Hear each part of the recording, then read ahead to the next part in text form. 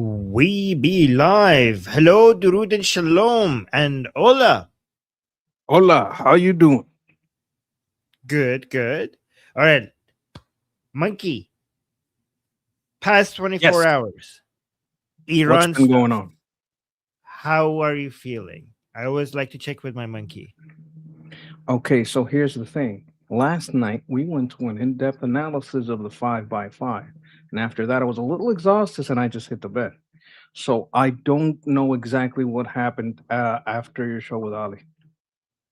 Well, I got you. Let's go through an update for the past 24 hours, and then after that, I'll see how you're feeling. Okay, so I'll give you Fantastic. two quick. Okay, fantastic. Tensions are high in the Middle East as the White House insists all options remain on the table for Iran after the U.S. elected not to strike again last night. But it comes as reports suggest Iran's new supreme leader is more interested in building a nuclear weapon than his late father.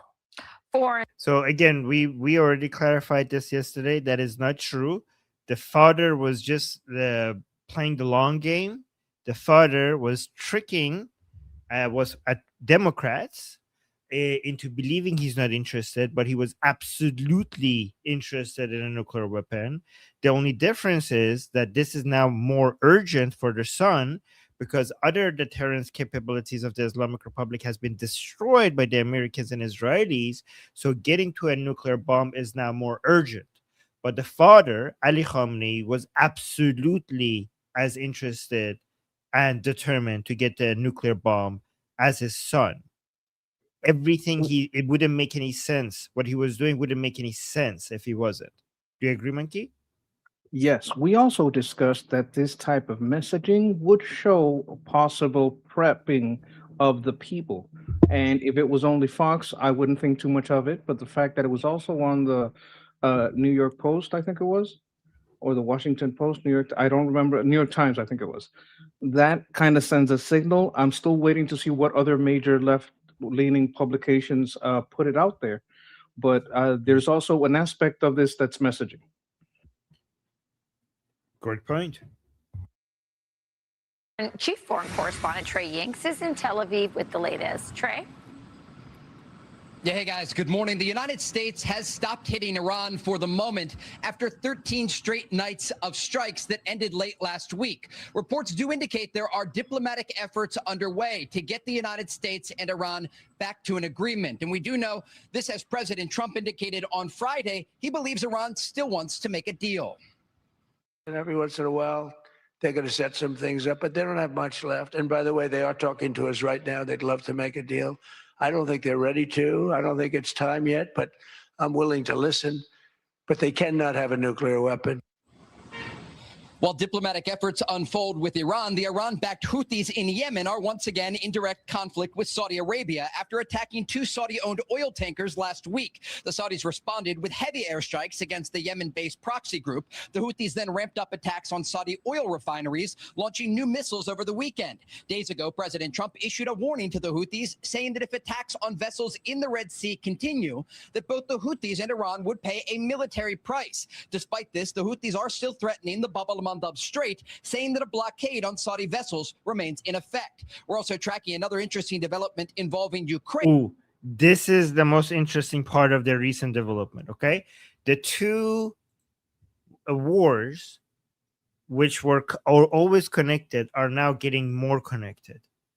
The Russia versus Ukraine war is now getting very, very connected to the United States and Israel versus the Islamic Republic war.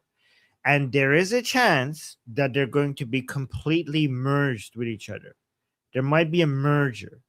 Ukraine has entered the war against the Islamic Republic, and Russia, I mean, they were already in it, but they have more openly now entered the war against the Islamic Republic. And Russia has also been involved in the war against the United States in the Islamic Republic versus United States war, and they might even become more transparently involved as well. I mean, well, not more transparent; they're never transparent. Like in a bigger way. So, if these two wars get completely connected, you will see uh, maybe Europe getting dragged into this war.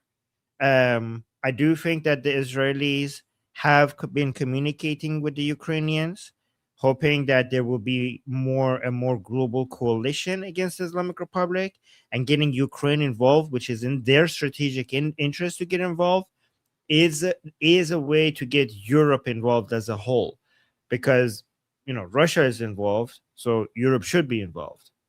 What do you think, Menki? I think when China and Russia and Iran are having problems, they may try to pool resources with other authoritarian blocs.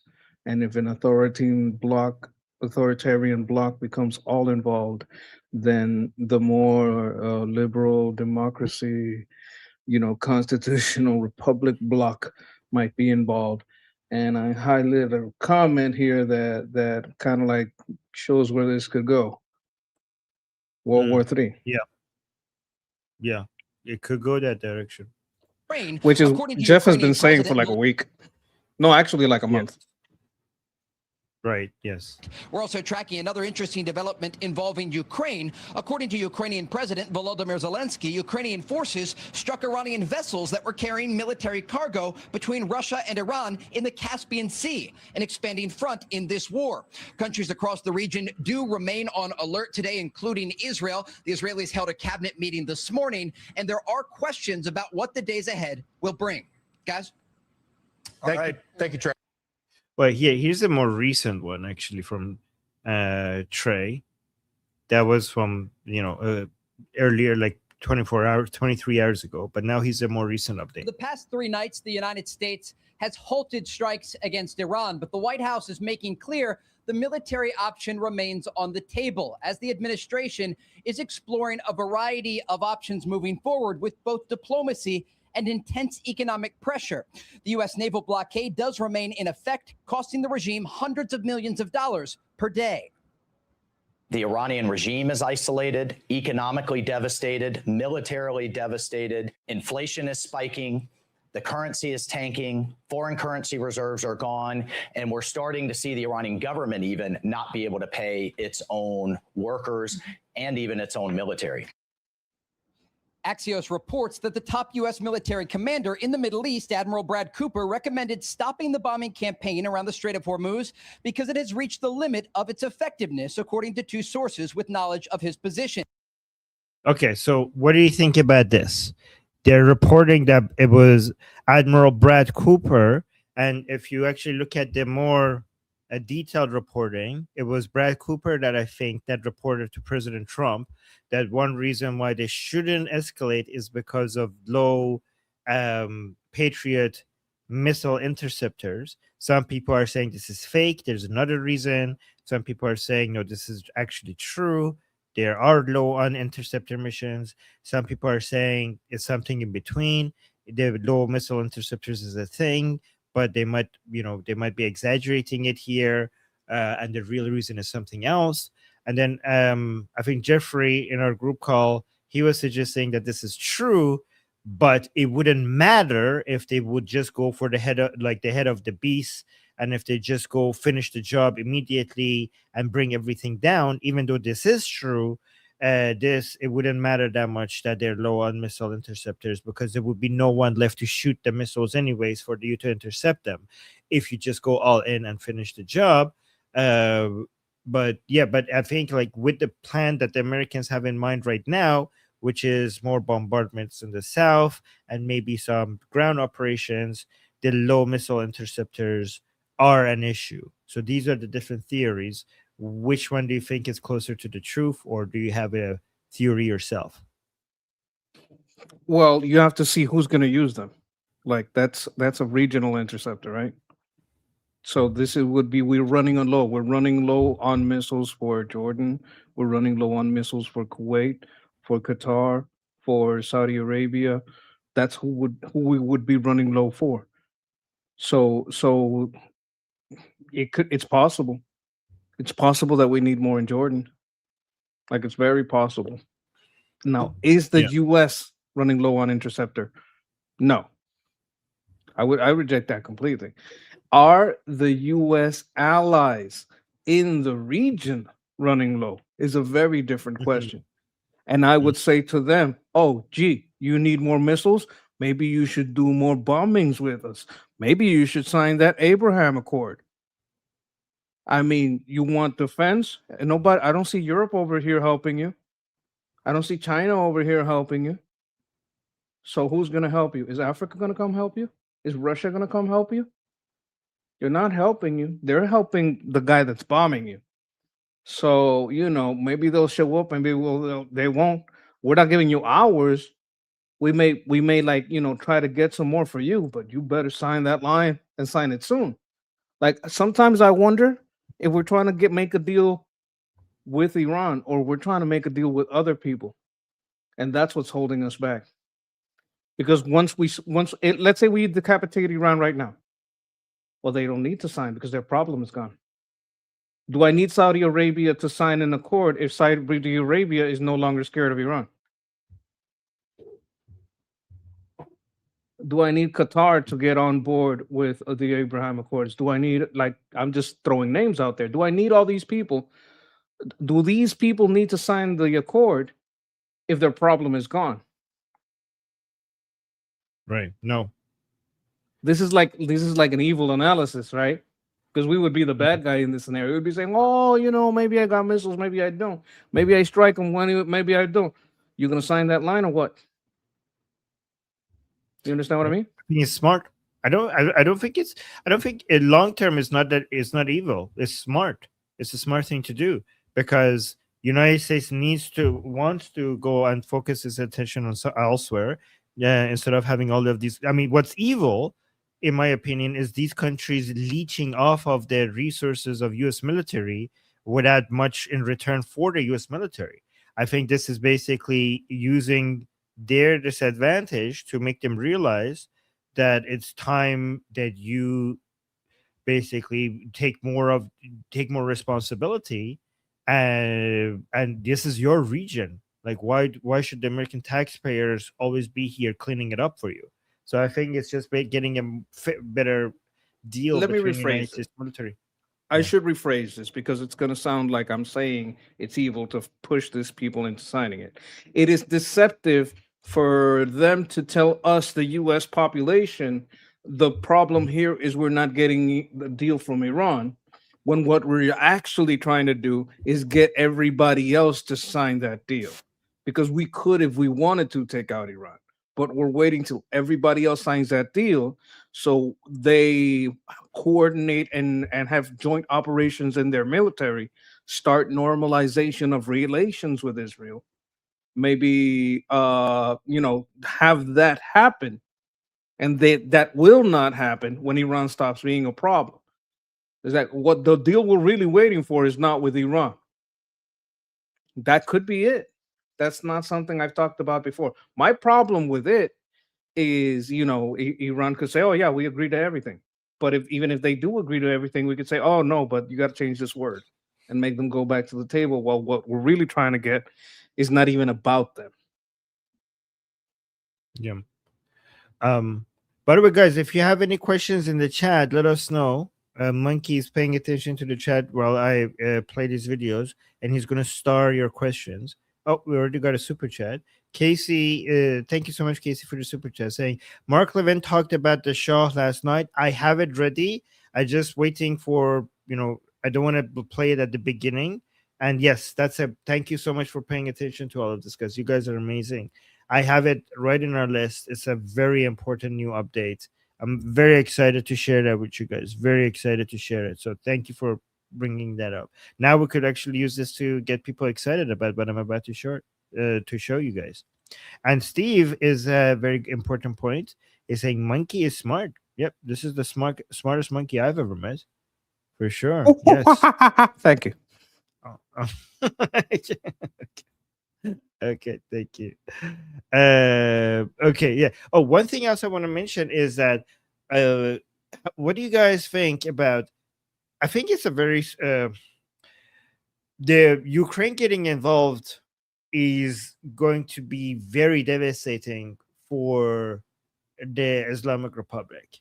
because I mean, there was one Ukrainian, I don't know who was it, was it Zelensky or someone else, that just yesterday reminded the Islamic Republic that you don't like, if we get involved, like he said, we're killing like around 30,000 Russian soldiers a day, right? Like, I don't know if that was a number, but it was something like that.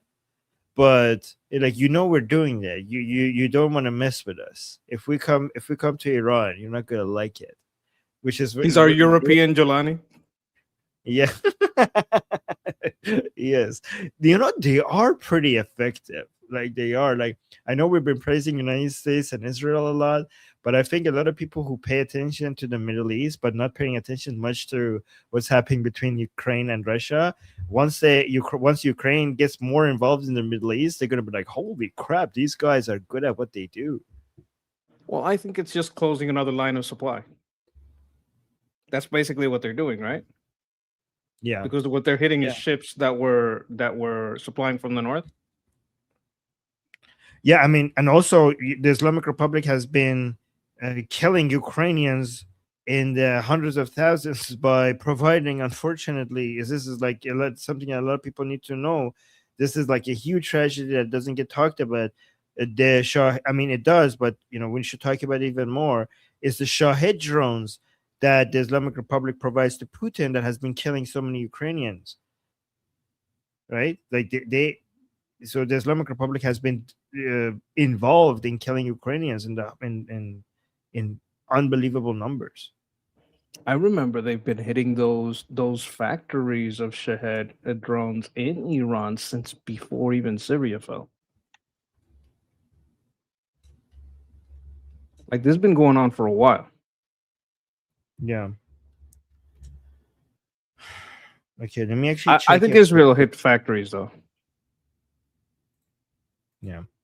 I'm like again, if they just go look at what's happening in Russia, and then we have such a powerful ally on our side, Ukraine, and I think this is why Prince Reza Pahlavi was meeting with Zelensky so often, and why they have such a good relationship.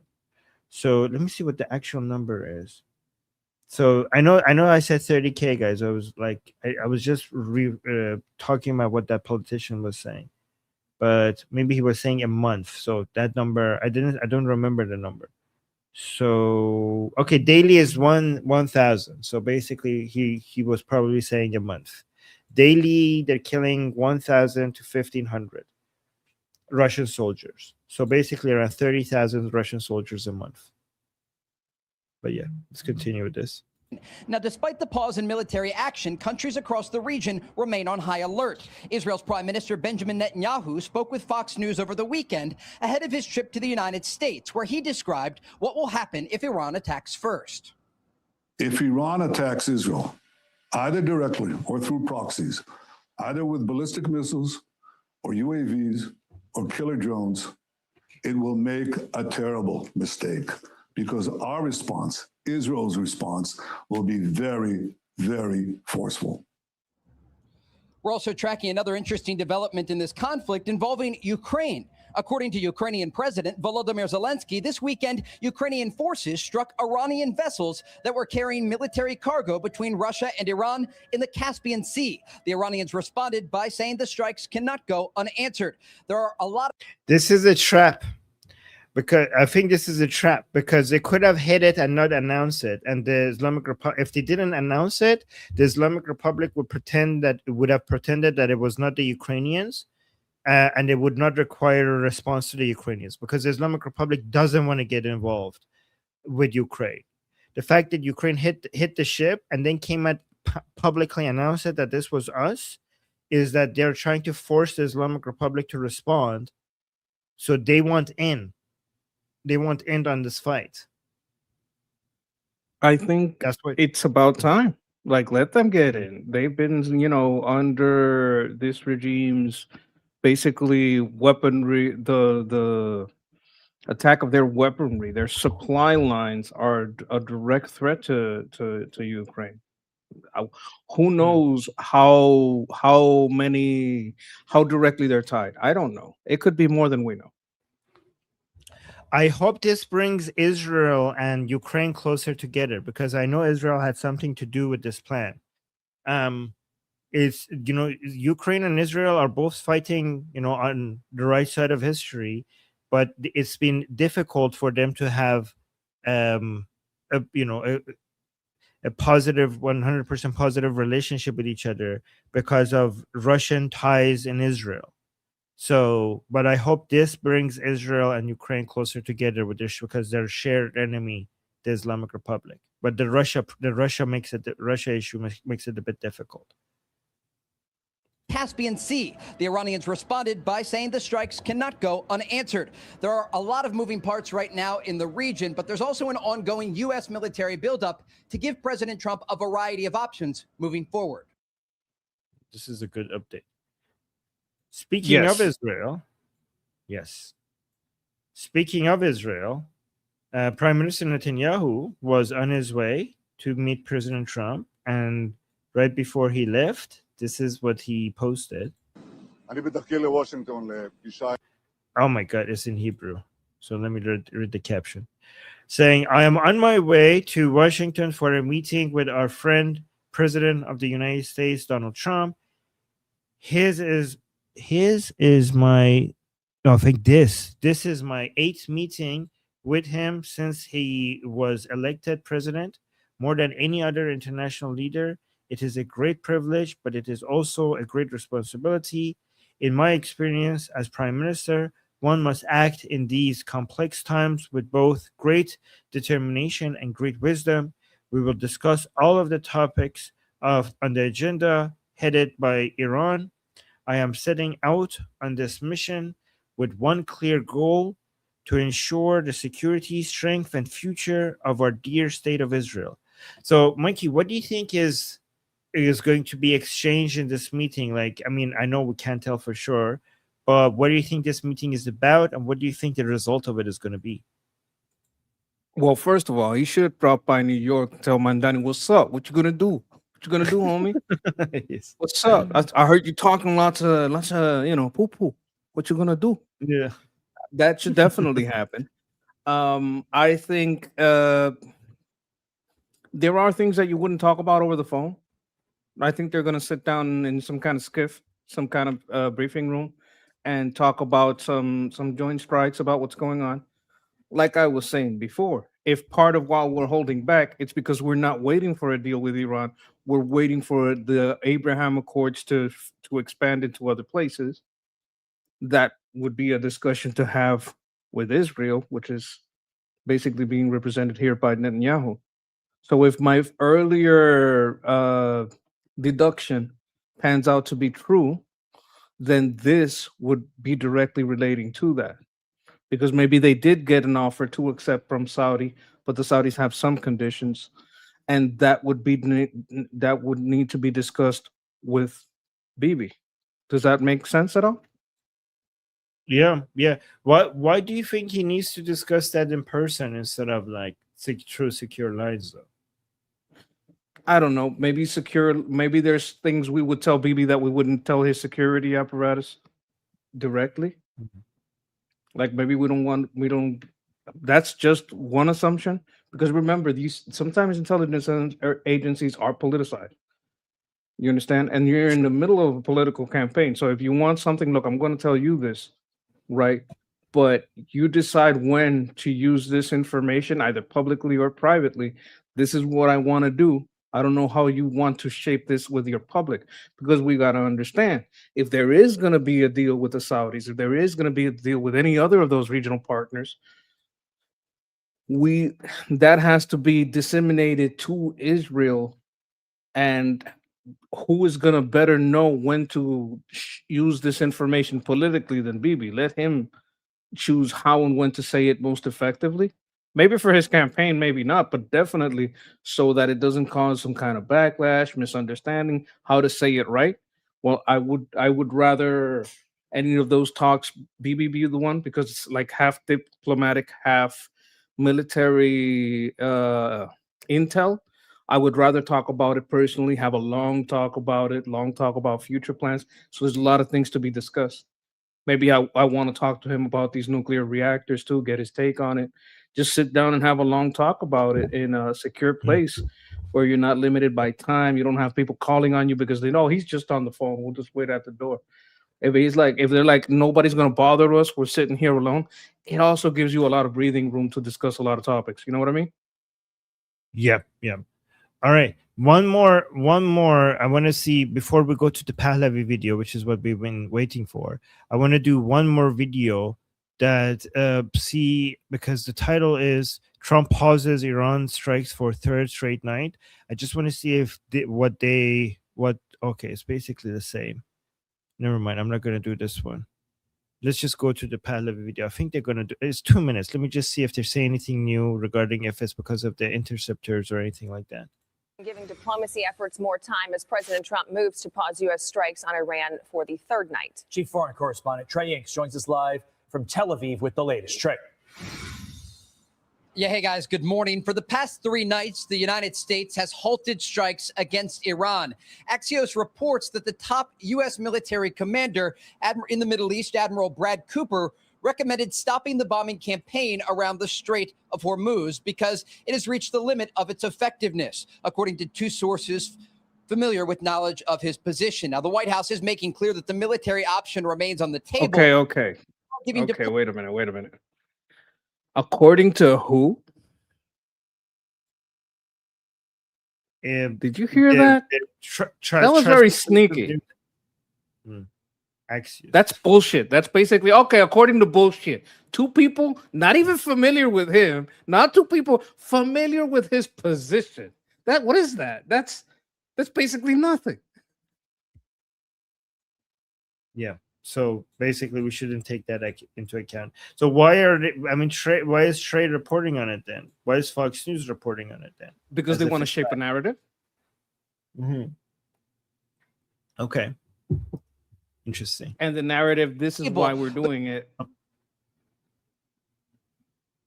Go on. No, that was it. That the narrative, this is why we're doing it. That's the narrative. Okay. But officials are giving diplomacy and intense economic pressure time to work. The U.S. naval blockade remains in effect, costing the regime hundreds of millions of dollars per day. Yeah, see, a lot of people in our chat don't trust Axios. And Steve is saying because there is nothing else to talk, there's nothing else about it. Okay. Because there's nothing else to say. Yeah, there's no other reporting about it other than that. Administration inherited, the Secretary Hegseth inherited a depleted situation from not only Ukraine, but also the ongoing fight with the Houthis under the Biden administration. The U.S. military, and I've verified this every which way, has everything that it needs to conduct this campaign as effectively as it needs to be. And I have to tell you, the people that are leaking this nonsense deserve to be in jail. Wow. Despite the pause in military action, countries across the region remain on high alert. Israel's Prime Minister Benjamin Netanyahu spoke with Fox News over the weekend ahead of his trip to the United States, where he described what will happen if Iran attacks first. If Iran attacks it. So we already heard that. But here, let me actually show you this. The Foreign Ministry of the Islamic Republic responded to the Ukrainian attack. Let me see what he said. I'm not going to play this. Stop talking.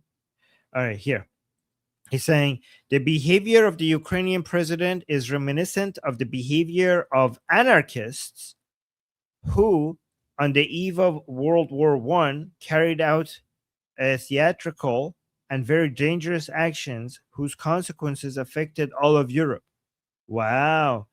The Ukrainian regime downgraded its country to a tool for geopolitical disputes between powers starting 4 years ago.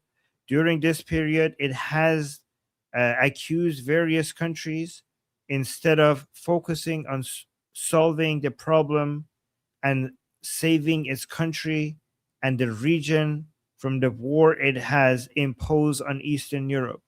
And in a way, on the whole world, it has constantly blamed others. Okay, so this is interesting because they're saying this is what Europe did before World War I.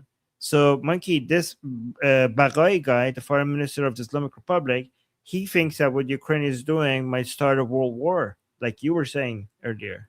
Interesting. They're seeing it coming as well. Okay. The difference is there are the balance on the scales and you could see it that way. You could see it that way.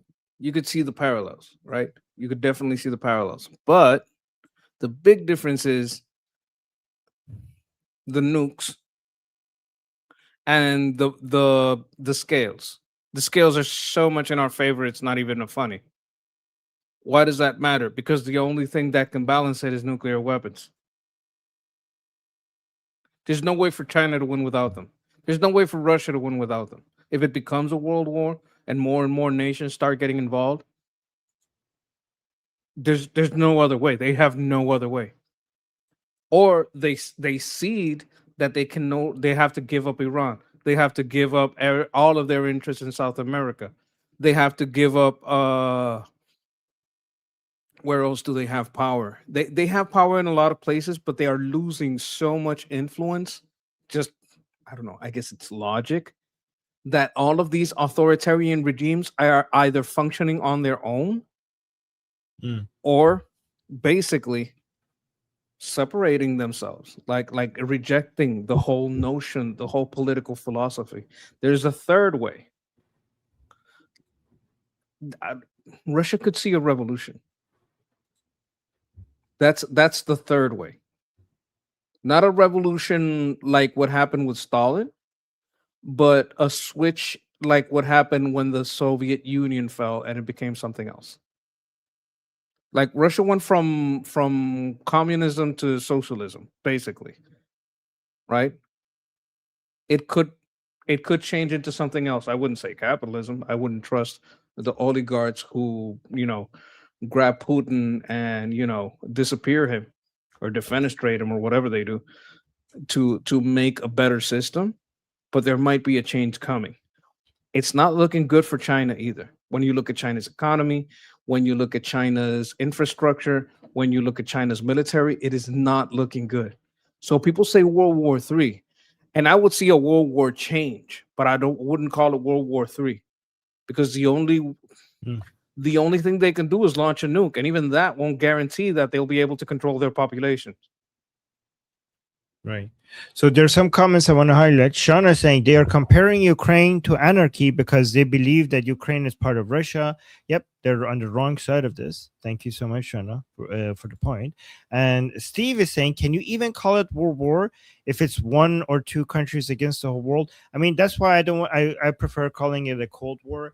I don't think that Russia and China are going to get seriously involved in this. I might be wrong about this. I think Russia and China will only get involved through proxy instead of directly getting involved with the United States. So some people want to call it World War III, and I see why they're saying I prefer to call it Cold War II. So Cold War I between the Soviet Union and United States, and because the Cold War was kind of hot, but it wasn't hot directly. It was hot through proxies.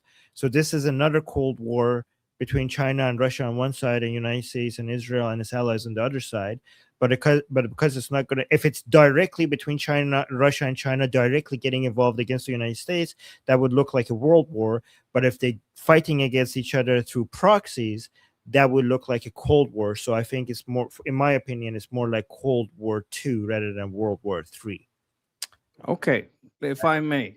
I would say if we're going to talk about the three centers of authoritarian power, it's Russia, China, and Iran. Am I right about this, or is there another one that I'm not thinking of? North Korea is not a superpower. It doesn't have the kind of power Russia and China do.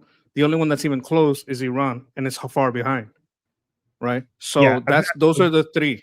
No. Two of those are in a hot war. I wouldn't say Islamic Republic is even close to be considered a major power. I would say the Islamic Republic is a proxy. Who's above them? Yeah. I mean, I think the major powers here are only Russia and Putin and the CCP, and Putin is getting so weak right now that I wouldn't consider them a major power right now anymore. So it's just the CCP that is a world power. You have to consider their nukes. Okay, fine. So you Right. keep China and Russia, but like let's engage in the argument. Who's number 3 if it's not Iran? In the authoritarian corner. There is, I mean, okay, so number 3 would be the Islamic Republic, but they're so Okay. far behind that it wouldn't be they wouldn't be considered like a major power. There would be a proxy. But for those authoritarian regimes, they would be losing their number 3. Yes, that's true. I agree with you 100%. So basically, of our 3-legged table, 2 legs are on fire. 100%. Yes. Completely true. It's Cold is War too, but it's heating up. That's what perfect summarization. 100%. Perfect summarization. I do want to say, look at this, Monkey. We got gifts now. Like Ali's, I was so jealous of Ali's channel. We got 30 jewels here from AFI, and then we got 10 jewels. I have no idea what these mean, but they are fantastic. Thank you, guys. And then we got another 10 jewels from AFI. Thank you. Our jewels, our gifts are working. So thank you. And then we got super chats as well. Shahram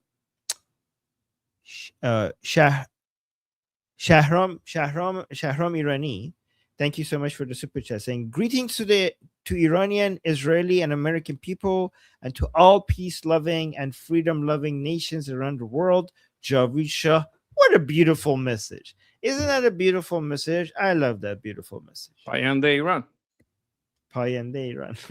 I also like the profile picture. It's like 2 lions with Israeli flag and the lion and sun flag of Iran. Beautiful. Thank you. And then Kevin just gifted 1 membership in the chat. Thank you so much, Kevin. And Kevin, always supporting us. And again, thank you for your service, Kevin. And then Shauna with a super chat saying Trump is leading the march of the counter-revolution to the anti-West revolution that has been going on for the last 70 years. Rubio will lead us home. Wow. That is a beautiful thought. What do you think about that, Monkey? I like the way she describes it. I absolutely agree.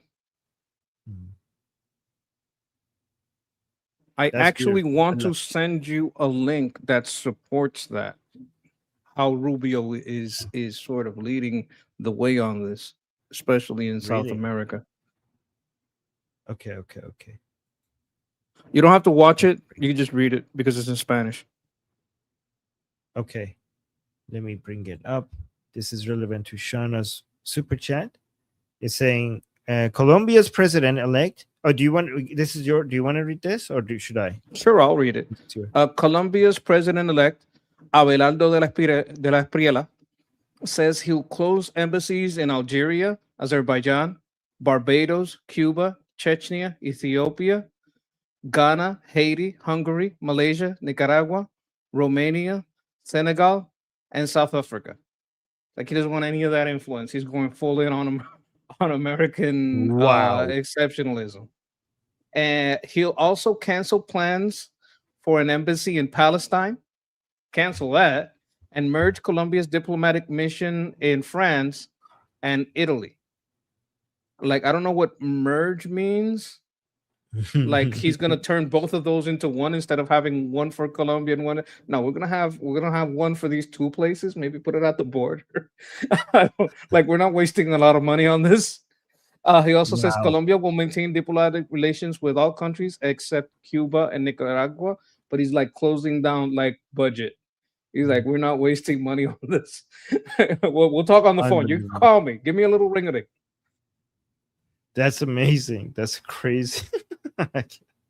Okay. That's pretty interesting. All right, let me move on to the next super chat. You know what? I kind of see why Justin is saying this. Thank you, Justin. Saying actually, Cold War I never stopped. It just changed landscapes. That I completely see your point.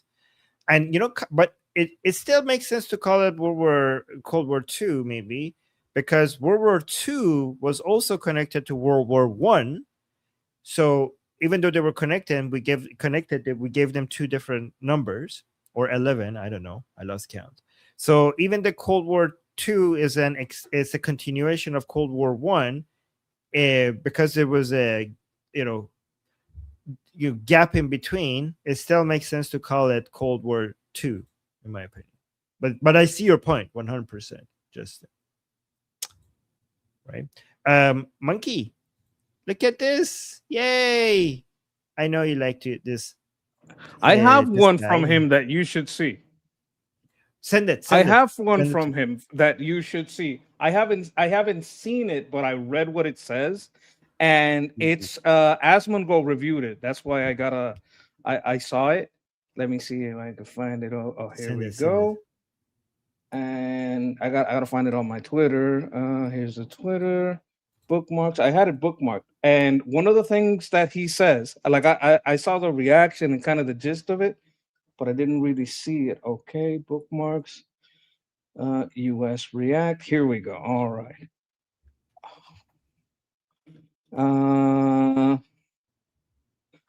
I could Hashem, please save me from the Goyim.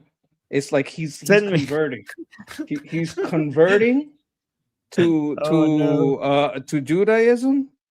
He doesn't want to be a part of the Goyim anymore. And I haven't seen it, but he's getting so annoyed by how stupid anti-Semites are that I don't trust him. Like, guys, remember, I don't trust this guy. None of us are telling you to trust this guy, but I can understand why he is annoyed with the stupidity of anti-Semites, because they're pretty stupid. It's his people. He's frustrated. But no, but it's like, look, let's say you have oh my god, like a gaming club, and you play a certain game. I don't know, maybe it's Halo or whatever. And it's one thing to have the Halo of Iran's Halo, or you have your Canada Halo club, but then you let in all the third world into your Halo club. You understand what I'm saying? Yeah, and it kind of lowers the quality of the conversation, right? A little bit. You can't even talk. The third, and this is just the beginning, by the way. Like, it's gonna get so bad. The third world is getting more and more online. As internet keeps getting to more places, you're gonna see a major drop in quality of views online, and is going to come to United States, because it doesn't matter if you are in America. These are views, and views make money. And even if you're a content creator in America, you see the millions of more people that are on screen, and you could make money by making content for them. So content creators are going to dumb down their content as well to be able to appeal to these people as well. So even he if doesn't want to do that, though, he's just upset at the low quality of the new anti-Semites. Yeah, she's like, I want that good stuff. I want the good anti-Semitism, the high IQ local one. anti-Semites only, no foreigner anti-Semites. Yes, the good grade A American. By the way, YouTube, we're joking, we're against anti-Semitism, but it's just funny how Nick Fuentes is getting frustrated with the Jew haters. Let's see what he has to say here. Fuentes is a Sephardic Jewish last name, sent $20. And maybe, I'm so Yahweh, Hashem, please, Hashem, Hashem, please, I hope it's true. Please save me from these goyim. Can I join the club? Oh my God! You know what? I think he's half serious. I told you where this was going. I haven't seen this, but it's pretty funny.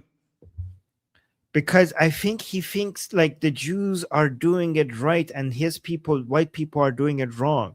And he was like, what? I think he secretly wishes he was a Jew. Well, now it's open. Yeah. Carolyn is saying, Armin, why are you doing this to us? Isn't this kind of hilarious? I mean, they're losing. He's losing. He knows he's losing. Okay, you know this guy better than me. Would you have dreamed of seeing him say something like this before? I mean, no, not the complete. I mean, here's what I know about him. He will go in so many different directions, right? And he will keep betraying the people that supported him for certain reasons. Eventually, he will turn against them, but to this extent, maybe not. Yeah, he seems very frustrated. Yeah. So saying Armin is torturing us. Isn't this funny to see the fall of our ideological enemies? The level of desperation. I don't think this is torture. I think this is fun. I know you guys are joking, by the way, but let me play this. Please, I hope it's true. Please save me from these goyim. Can I join the club? Please wrap me up like I'm leftovers. Put the cube on my head. Hashem, please tell me it's true. I am not one of these niggas. I know I am not one of these niggas. I am not a goy. Can we even play this on YouTube? He's using the N-word? I mean, it was on YouTube when I saw it. I haven't seen it, but I saw someone review it on YouTube, so it should be fine. We didn't say it. He said it. YouTube, we didn't say it. He said it. We're reviewing him. Yes. Oh, man, I can't wait. Me and Shapiro and Joe Lonsdale at Shabbat is going to go crazy, man. I cannot wait. You're not a traitor if you're one of them, you know? If you see me wearing the tiny hat, it's not treachery if I'm just taking my own side. Hashem, if you can hear me. You know, one thing I will say, this is consistent with his views before. He does think that the Jews are doing the right thing for their people. You know that, like Monkey, historically, like he thinks like the Jews are taking the world and they're doing this and they're taking over that and they're destroying our civilization, right? But he always used to say that if I was them, I would be doing exactly the same thing, right? But they're doing, like, he thinks the Jews are scheming with their evil ways and whatever. But well, he doesn't say like, but he says like what? But they're winning and they're doing right by their people. And we need to push back against them. Like he thinks that everybody is doing it right except white people. Like he thinks that Muslims are doing it right for when it comes to their interests. The Jews are doing it right when it comes to their interests. It's just the white people who are doing it wrong. And okay, so basically, we should be doing what they're doing. People, wake up! Look at what they're doing. We gotta be like them, basically, right. But not admitting it as hard as I am. Like not being as direct about it as I am. Now he's just straight up admitting it. Like lately, he's just admitting it. He's just like saying they're better. I want to be with her. I saw another video. Isn't this one where he wants to, like, they have a better bench. They have better people. They have something like that. I don't remember too well because I think I didn't even see the whole thing. But he goes into like why. Like he's seeing himself as on the wrong side. He wants to do a DNA test. That's like wrap me up like leftovers. Like he wants to take a test to see if he's Jewish and then just switch sides. Yeah, he's like, I hope it's true, so I don't have to defend your weak ass. You mean white people are basically weak, and he wish, yeah. Oh my god, he's making the case. Like he may fake a DNA test, just switch sides. I don't know. He's like, I'm gonna check. Like he's like. You know who did this? Asmongold did this. Look, guys, you want to call me Asmund Goldstein? I'm going to take the test and I'm going to go to that wall because he's become increasingly. He was never anti-Semitic, but he was more like, I don't want to be involved in all this stuff. And when he saw what happened to the Iranian people, he's like, no, wait a minute, these people are evil. Then he saw the whole thing about Gaza. He's like, I think some of these people are full of shit. Like he's just waking up to more facts, and he's becoming more open to listening to the Jewish side of things than gone very much away for like over a year, I think now, from the more isolationist stance. He was never anti-Semitic, but he was a bit more isolationist. He has completely changed as far as that. He's still kind of isolationist, but he sees that we do have interests that are outside of our borders. All right. You understand what I'm saying? All right, let's go to Nick. And what was I going to say? You want to see where he says like a few more things that are very pro-Israel? No. I want to just go back to Nick Fuentes. I do think that he is racist, Nick Fuentes, racist. Oh, but I not think we just against- saw an example. Hold- let me, Very let me, strong can one. I just get, let me, hold on. Can I just finish my point, please? What I'm was I going sorry. to say? I'm so sorry. That's okay. I love you, monkey. I was just gonna say that I think Nick Fuentes is racist against white people, and but he thinks that you should defend your tribe because you're in that tribe and you have to win that and you have to crush other people. But he regrets being in the losing tribe. That's what I think he thinks, based on what I've seen from him.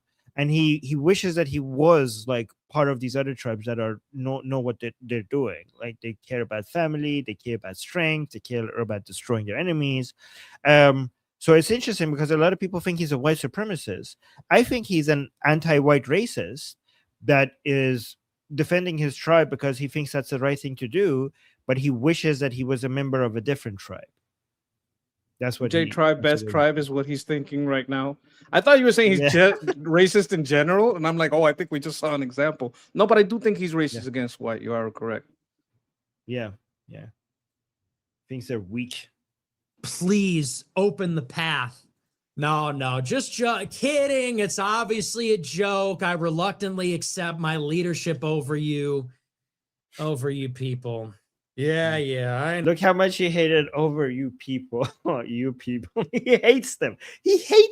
No, I know. Yeah. We're goyim. It's great. I love being a goy. No, it's great. I love being a goy. It's the best. I hate being goyish. It's awesome. Fuentes is a Sephardic Jewish last name sent $20. I believe that when it comes to October 7th and the traditional perspective rabbinic Jews will have of it is that they didn't get Nick to do a striptease with his kosher pecker out to the big Yahoo. Oh, come on. Why? Just Bryce why sent with $20. this? What exactly is the modern equivalent of manifest destiny for the America First movement today? Kill your, please. Oh my God. Wait, no. He hates his audience. He hates them. He hates them. And that's something that we cannot play. Okay, guys? If you are feeling like that, please go get help, talk to professionals. And you know what? This is getting dangerous. I'm going to go to him. He's joking. He's absolutely joking. Yeah. I know. Let me go back to Iran stuff, though. Okay. Wait. Yeah. Do you want me to finish that? A little while ago, you told me, I don't think he's going to switch sides. Now, do you think it could happen? Well, he can't because he's not a Jew. He thinks it should be in your DNA. Like, what if it is though? What if he says he's never taken the test? If it is, then he will switch sides immediately. Yes.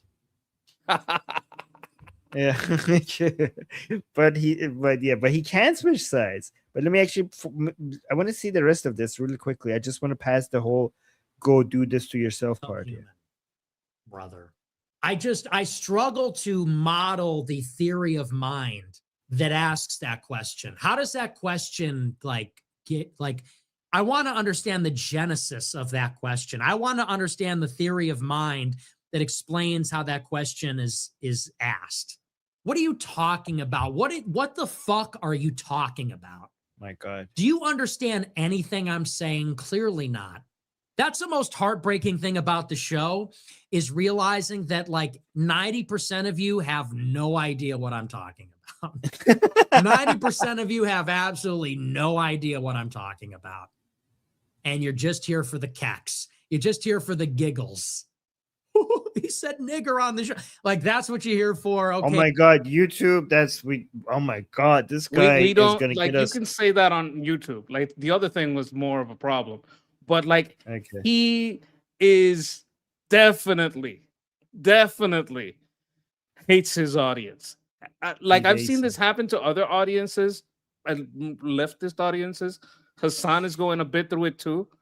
When you side with leftists and anti-Semites and you have half a brain, you wind up hating your audience. You wind up hating them because you're so stupid. They're so stupid. These anti-Semites are so stupid that because he has half a brain or more, and most of them audience has like a quarter or less, it's driving him insane. Like he's a high IQ anti-Semite, but that's a low bar. And he's a little bit above because he's a grifter, man, it's driving him crazy. I've noticed the same thing in Iran with the pro-regime people. Some of them that have above room temperature IQ, they keep looking at they're doing like deep analysis, and then they look at their audience and are like, oh my god. So this is why so many, they're like, so I see comments sometimes where they're like, okay, we're gonna lose this and we deserve it. We're gonna lose this war, Right? and because you This manifests like, itself in many communities, I think. Yeah. All right. Let me finish this few more seconds. It's fine. But like you don't know, you don't understand any of this. What does that even mean? What is the modern equivalent of manifest? What are you talking about, stupid? You don't even know what you don't even know. You don't know what you're talking about. You don't know what I'm talking about. I don't even know how you people get dressed in the morning. I don't know how you're out there living a life. It's disturbing. Oh my god, what a positive, healthy relationship with between this man and his audience. Great community. I mean, I built understand. If I had an audience that stupid, I'd be frustrated. there. Wow. You only get one or two of these people, and he gets hundreds of them. And they're arguing with you. These guys pretend to be on his side. They're like, I'm proud of what I said. Right, I'm on your side. It's not the same. Yeah. Wow. What do you that's what happens when you're on the wrong side, right? That's what happens when you're on the wrong side. Like, the people who support you are stupid. We got Absolutely. some super chats. Fleshy Interloper, thank you so much for always supporting us. Saying morning. I think it's a combination of morning and monkey. I don't know. Is that it? Good morning. Good morning. Love you, homie. Morning. Thank you. And then we have Shauna saying it's not a Cold War or World War III. It's just the Great American Counter Revolution. Okay, so Shauna is just going with new branding. Okay, like complete new branding, like something completely different. What do you think? It's a good marketing strategy. It's a good marketing strategy. Yeah. Thank you, Shauna. Great American Counter Revolution. You know what? Let's try to make that a thing. Yeah.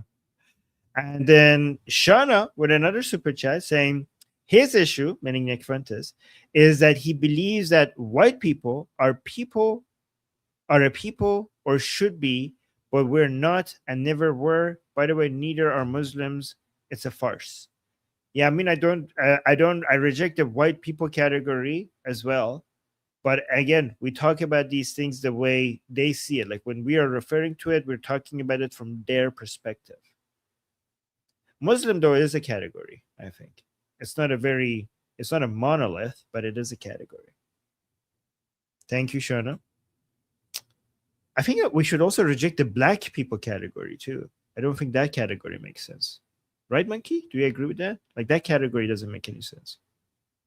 You mean Muslims? No, black, like just like white people category doesn't make sense. Black people are not all the same. They're very different, especially in Africa. Like, physically, like saying they're all the same. It's very Latinos. We are so different. Our faces, the way we look, like the structure of our skulls, our height, the texture of our hair, the kind of skin we have varies incredibly all over South America. Some of it is because we've mixed. Some of it is because the indigenous people of those places have lived in that place and developed characteristics that adapt to it. Like, white people just got a little more snow camo, but they're very different from region to region. A Viking is not the same as a Slav, is not the same as a Roman, as like these people. There are differences there. Like, we're getting nuanced. Do we love white people as varied as they are? Yeah, I love all you white people. Most of them have been super kind to me, but I know but that's not what they're different. That's not what I'm saying, that they're different, because I mean, Muslims are very different, but that category makes sense, right? I'm saying that the white people and black people category doesn't make any sense because there's no it is meaningless as it like the Muslims are very different from each other, but it still makes sense as a category, right? Because there's a clear there could be a clear line between, okay, now you're a Muslim, now you're not, right? There's a meaningful definition and a useful meaningful definition, but there is no meaningful and useful definition for the category of white, and there's no meaningful and useful definition for the category of black beyond them just being different. That's what I was saying. Yes, I get it. Like there's like kafir, Muslims, and apostates. Is that the three categories within Muslim? No, I mean we definition of have people? Sunni Muslims, we have Shia Muslim, we have Alawites, we have Sufis, we have all sorts of other weird sects of Islam. We have Baha'is. Like we have so many different Muslim groups, and they're so very. And even within each category, there's so many different. They're very different, right? But still, there's a line between Muslim and non-Muslim. There could be a pretty clear line, right? But white and black, like that there's no. Anyways, I think we're getting too much into that. But yeah. We love you, white people. We love you, black people. We love you, brown people. We love you, Muslims. Please convert. Please stop the jihadism. Okay, so Monkey is obviously racist against purple, green people. He did not include them. I think purple is within black. Okay. Okay. I think if somebody is purple, you need to help them out because they probably are suffocating and dying. Shauna with a super chat saying America is too mixed. This is why regionalism is the only true way for an American to identify. Oh, okay, so based on geography rather than ethnicity. Californians, man, I tell you. I think I prefer having one national identity and focusing. I'm not saying that you shouldn't have your regional identity, but I think you should focus on the priority is the national identity that everybody should be focusing on. Texas is gonna come on here and kick our butts. Oh my God, is she here? Shh, guys, change the topic before she shows up. Anyways, we should get back to Nick Fuentes and see what he has to say about Iran. I want to see what your take on this is. I mean, I don't know what he's going to say. What it sounds like is that we are going to resume the war in full and maybe even escalate to a greater extent against Iran. True. An important note on this. If you recall, when the war broke out on February 27th, it was the United States that carried out the bulk of their attacks against military targets, specifically Iran's navy, Iran's military bases, nuclear sites. It was Israel that carried out the bulk of the attacks against the personnel. True. So far. Israel was launching the assassination strikes against the supreme leader, against the Iranian Revolutionary Guard, the Iranian Armed Forces, the civilian leader. This is why we love Israel. Thank you, Israel. We really appreciate taking out all of these regime leaders. Thank you very much. We appreciate it.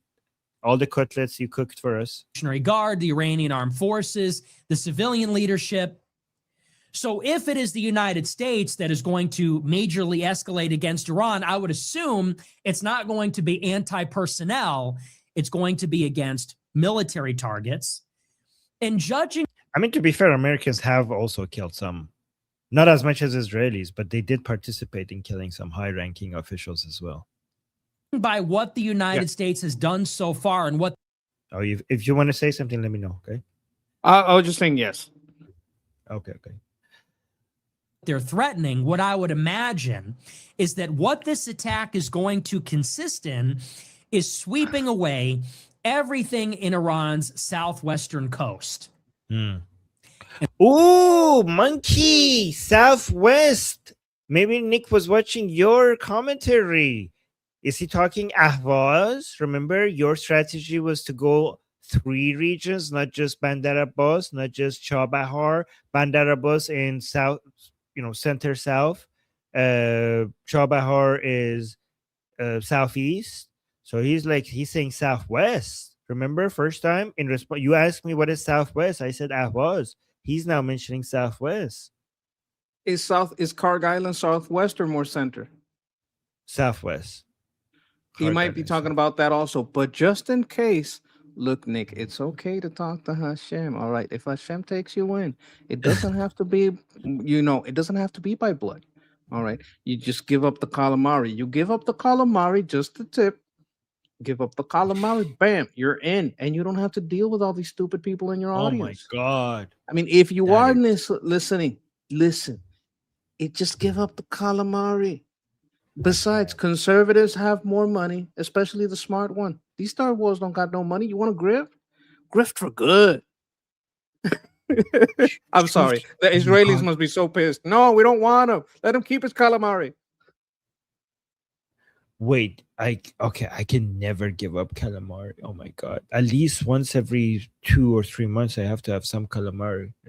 That's so sad. No, but I'm talking about like Yes. a different kind. Like, Yes. Okay. Wait, Israelis in the chat. Do you guys not eat calamari?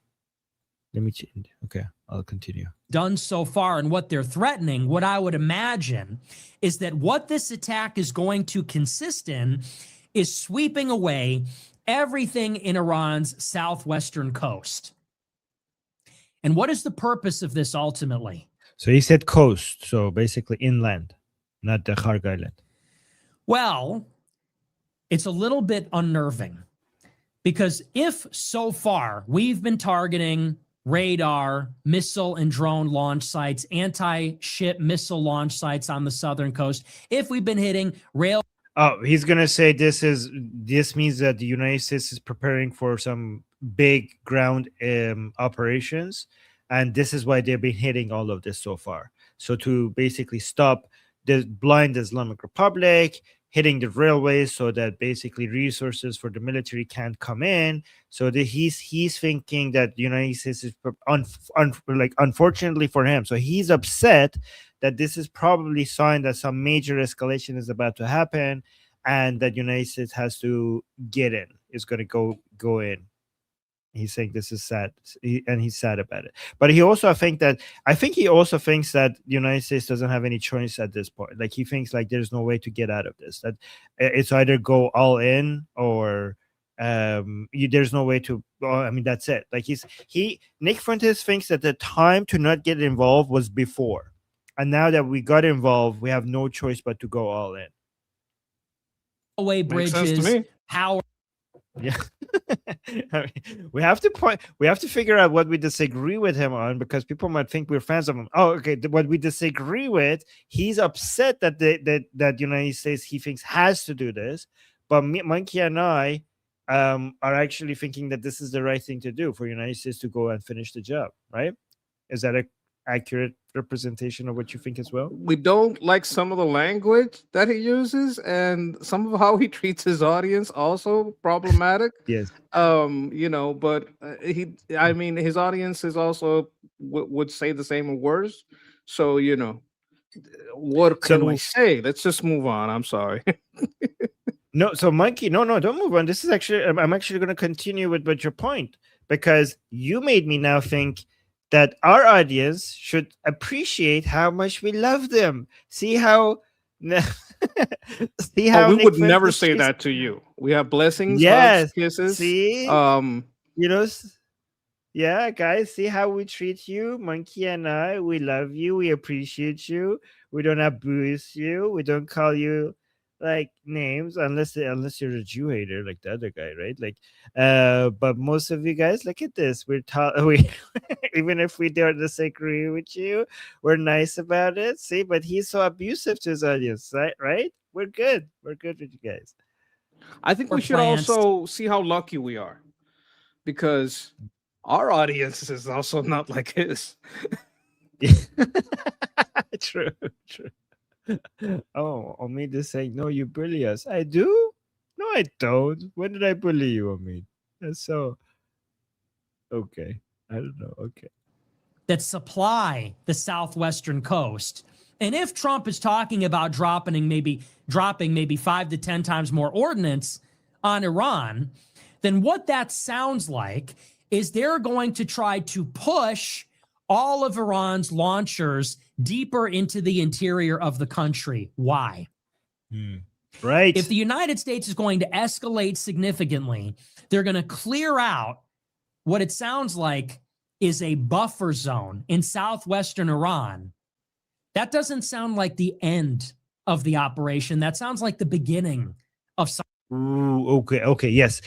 Add on top of that attacks on Tehran to keep them busy in Tehran. I think like if they are doing this, in my opinion, like I think I'm copying Monkey on this. You need to go all out. Like you shouldn't, like, even if you're doing something in the south, you need to keep them busy everywhere else. Do you agree with that, Monkey? Like, don't I think just we like should focus take on 3 the- cities. 3 cities in the south, but also bomb in Tehran to keep them busy and distracted from the 3 cities in the south. Massive 5x5, 5 days, $5 billion campaign. Then go into the south. Then keep birds in the air 24/7 while you vet and train locals. Some for policing and military operations, just so you can hold back the IRGC. Others for the civilian side, also for markets, for like, hey, you're going to be organizing this. This is going to be done with the money that we confiscated in the MOU. So we're going to supply you this. We're going to have a system here. We're going to take everybody's. We're going to make IDs for you all. This is your new IDs. This is like organize like a government.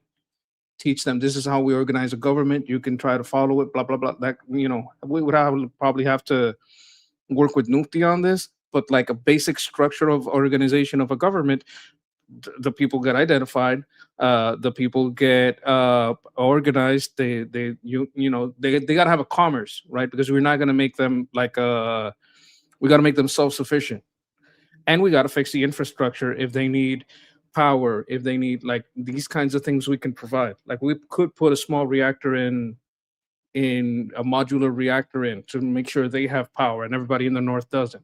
There's a lot of things we can do. I'm getting maybe into too much detail, but I would basically take 3 cities and start vetting and training and keep moving up. You know what? Monkey for president. Monkey for president. That sounds No, like I'd like to work for Rubio. That's I want a space in his cabinet. Yeah, okay. Rubio for president, Monkey in his war cabinet. How about that? Or monkey cabinet. Monkey cabinet. What would the monkey cabinet do? It would monkey around like I do.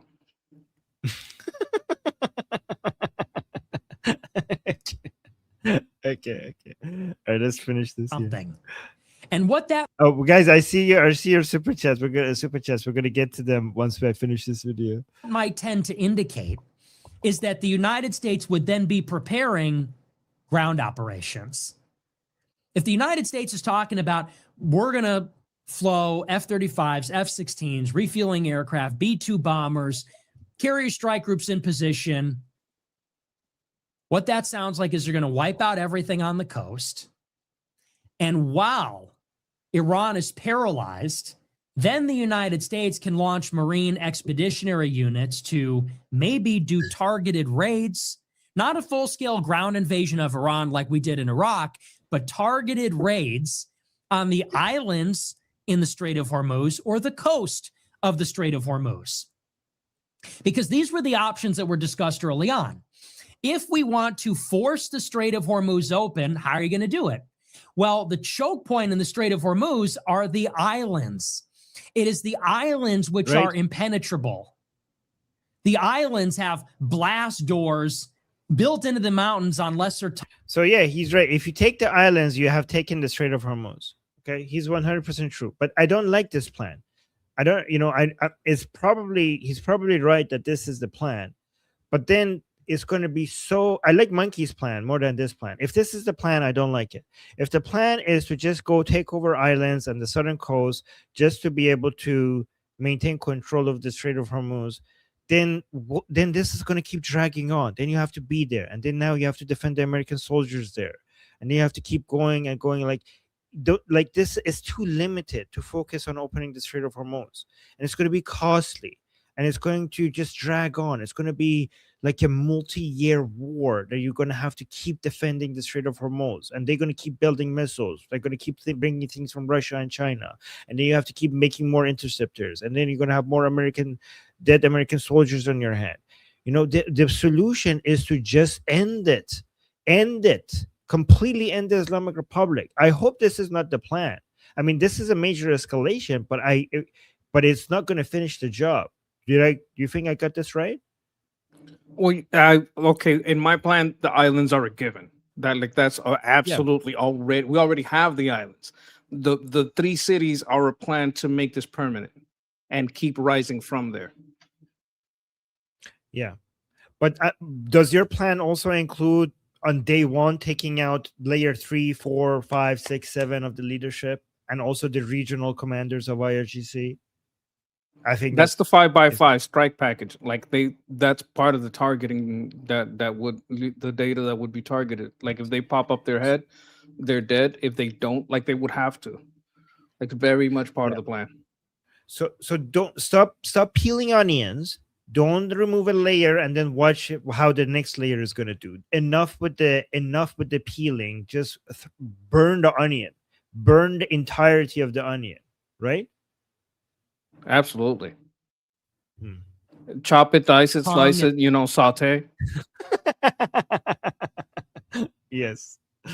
On Keshem Island, this is where Iran is launching anti-ship missiles. This is where Iran is launching the drones. It's the speedboats that are stationed there. It's the mining ships that are stationed there.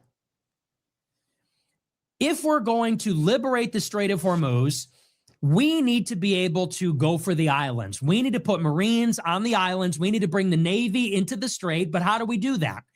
We can't do that because what we anticipate is that if we go onto the islands, then eventually Iran is going to rain drones and missiles down on the islands from the coast. It's not just the islands. The Islamic Republic is going to also rain drones and missiles on the infrastructure of the Arab countries. And the infrastructure of the Arab countries are extremely vulnerable. Extremely vulnerable. It's so vulnerable that even the Islamic Republic can cause heavy damage on them. I know they have been targeting them here and there, but they haven't been focusing on them. And they can, and they are extremely vulnerable. So there's the issue. There's another issue. This is why Monkey's plan makes a lot more sense. If there are no people to order the missile launches, then we don't have to worry about these vulnerability because it will be over. How long would your plan take? About a month. Like so 5 days of strikes. I can let me get into a little bit. Like 5 days of strikes. Speaking about it, I'll go to the washroom. Can you go into a little bit of detail about your plan? I'll be right perfect. back. I'm still sorry. listening. Go ahead. Yeah. Yes. Yeah, go ahead. Okay, so how would we do this? I would put 1 week, 7 days is an estimate. But we went over this yesterday with Jeff. Genius. He'll never admit it, but he is. Like 5 days to 7 days of strikes, taking out all targets, make it high intensity. Would be adapting old bombs that you put the tip and the tail on to make them smart. These are bombs we've had probably since Korea, but you put a new tip and a new tail. They become smart bombs, so it doesn't deplete our missile battery, right? So that we can do this without lowering our supplies too much. We do this after this. Let's say that week is over. The next week, we would be declaring government in exile. We use the MOU and the funds we have in escrow to declare the government non-functional. We take over 3 cities in the south and the islands. Once we secure the islands, we renew commerce. Once commerce is renewed, we start talking about normalization and stability. So now that we're conducting some meetings to decide what's the government in exile. And we tell, hey, if you want to be in good with the next government, you better back it now. We take those 3 cities, start vetting people, start talking about letting them elect the people. They're probably going to say, hey, we want Mufti. They say, okay, the people that we have to talk to in these 3 cities have a strong support for Mufti, so they have to be brought into the table. So they're going to be brought into the table to this transitional government thing. From there, we start taking more city support grows because it does seem to be the best option. Be you secular or religious, it's better than the IRGC, and it's better than having outsiders control you. right? Some people may say he's like an outsider, but that's a very small minority and more an idea of the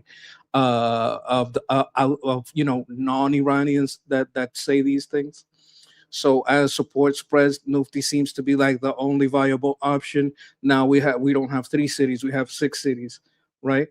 And as that keeps going, it's just a humanitarian mission. It's not a military mission, right? And there's been more normalization. We start having like a standard. We have a special forces that are dedicated to deal with civilians. So we would start doing like, hey, we're gonna have some identification. We're gonna give you all IDs. You're gonna be able to have your commerce. We're gonna have some of your own people, some of our tests that we have vetted, like serve as police forces. Nobody's going to rob anybody. There's not going to be any looting, because we're going to have normal law, like rule of law. Once that's established, once you have rule of law, commerce can resume more efficiently, and then the focus is more on energy and trade, right? You got to make sure these people have energy, number one. Number two, water. Right? Once you have energy and water, the rest kind of keeps going, and you just keep rolling it up from there towards the north. Right.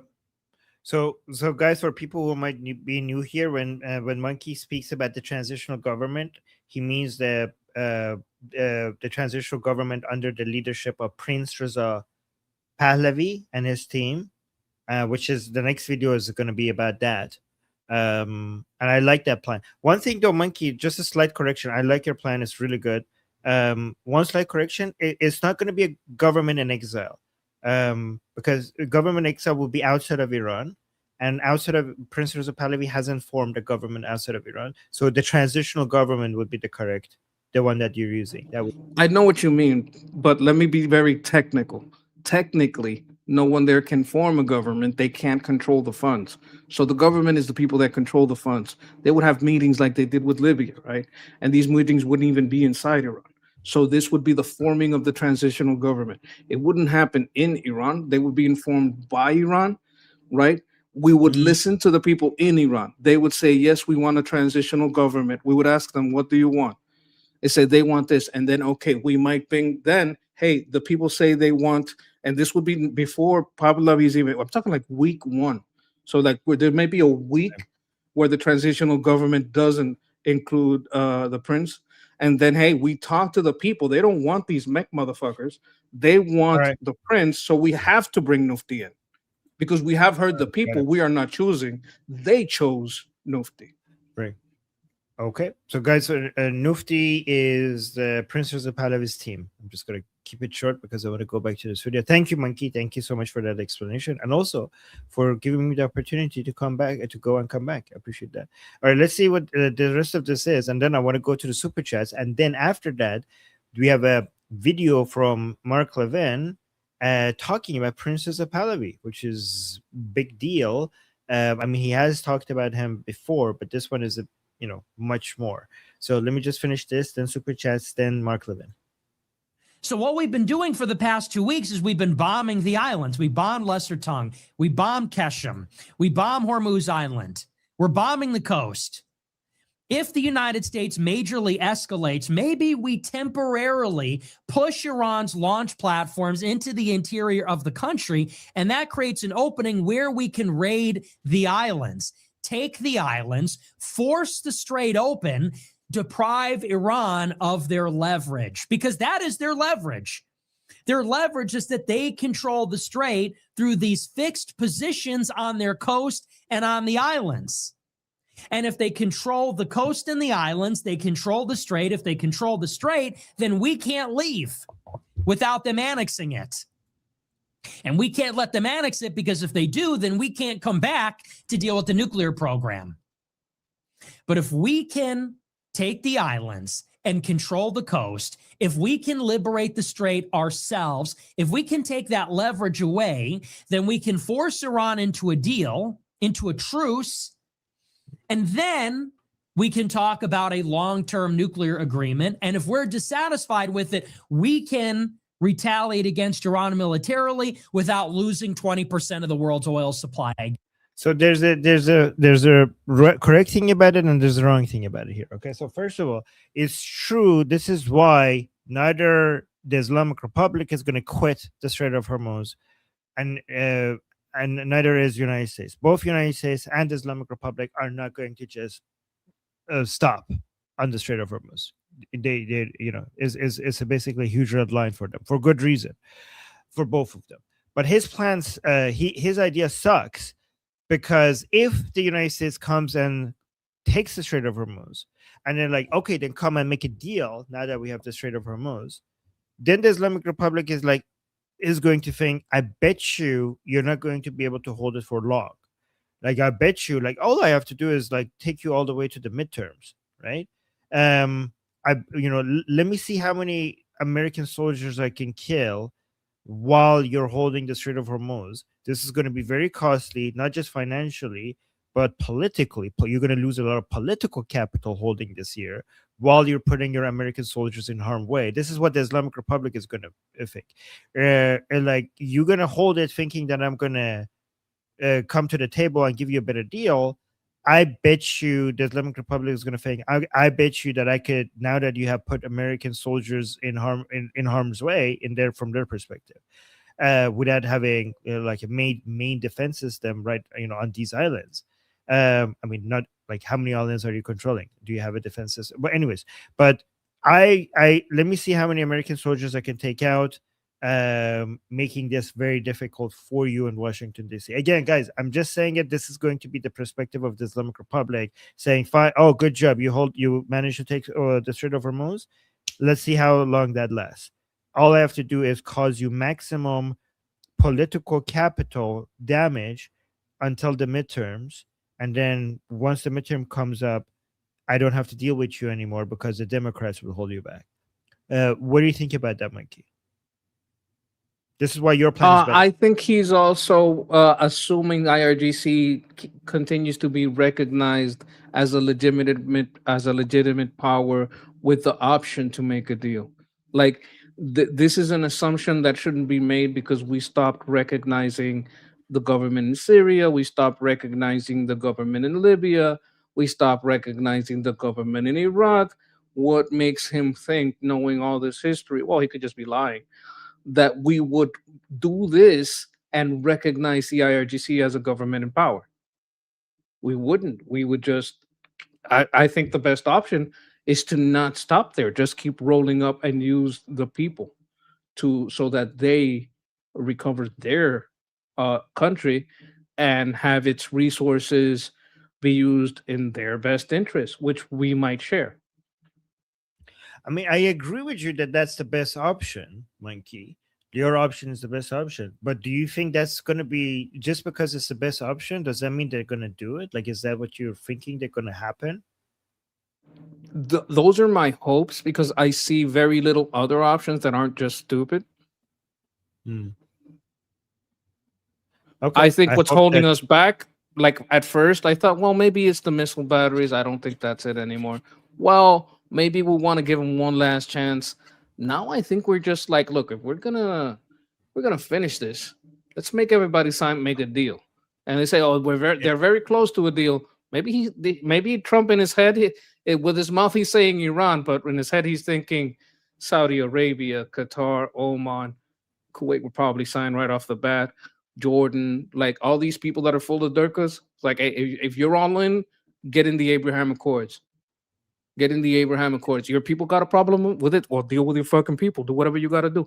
Are you in or are you out? Who rules? Do you rule your people? Or do your people rule you? They chose you. Are you in charge or are not you in charge?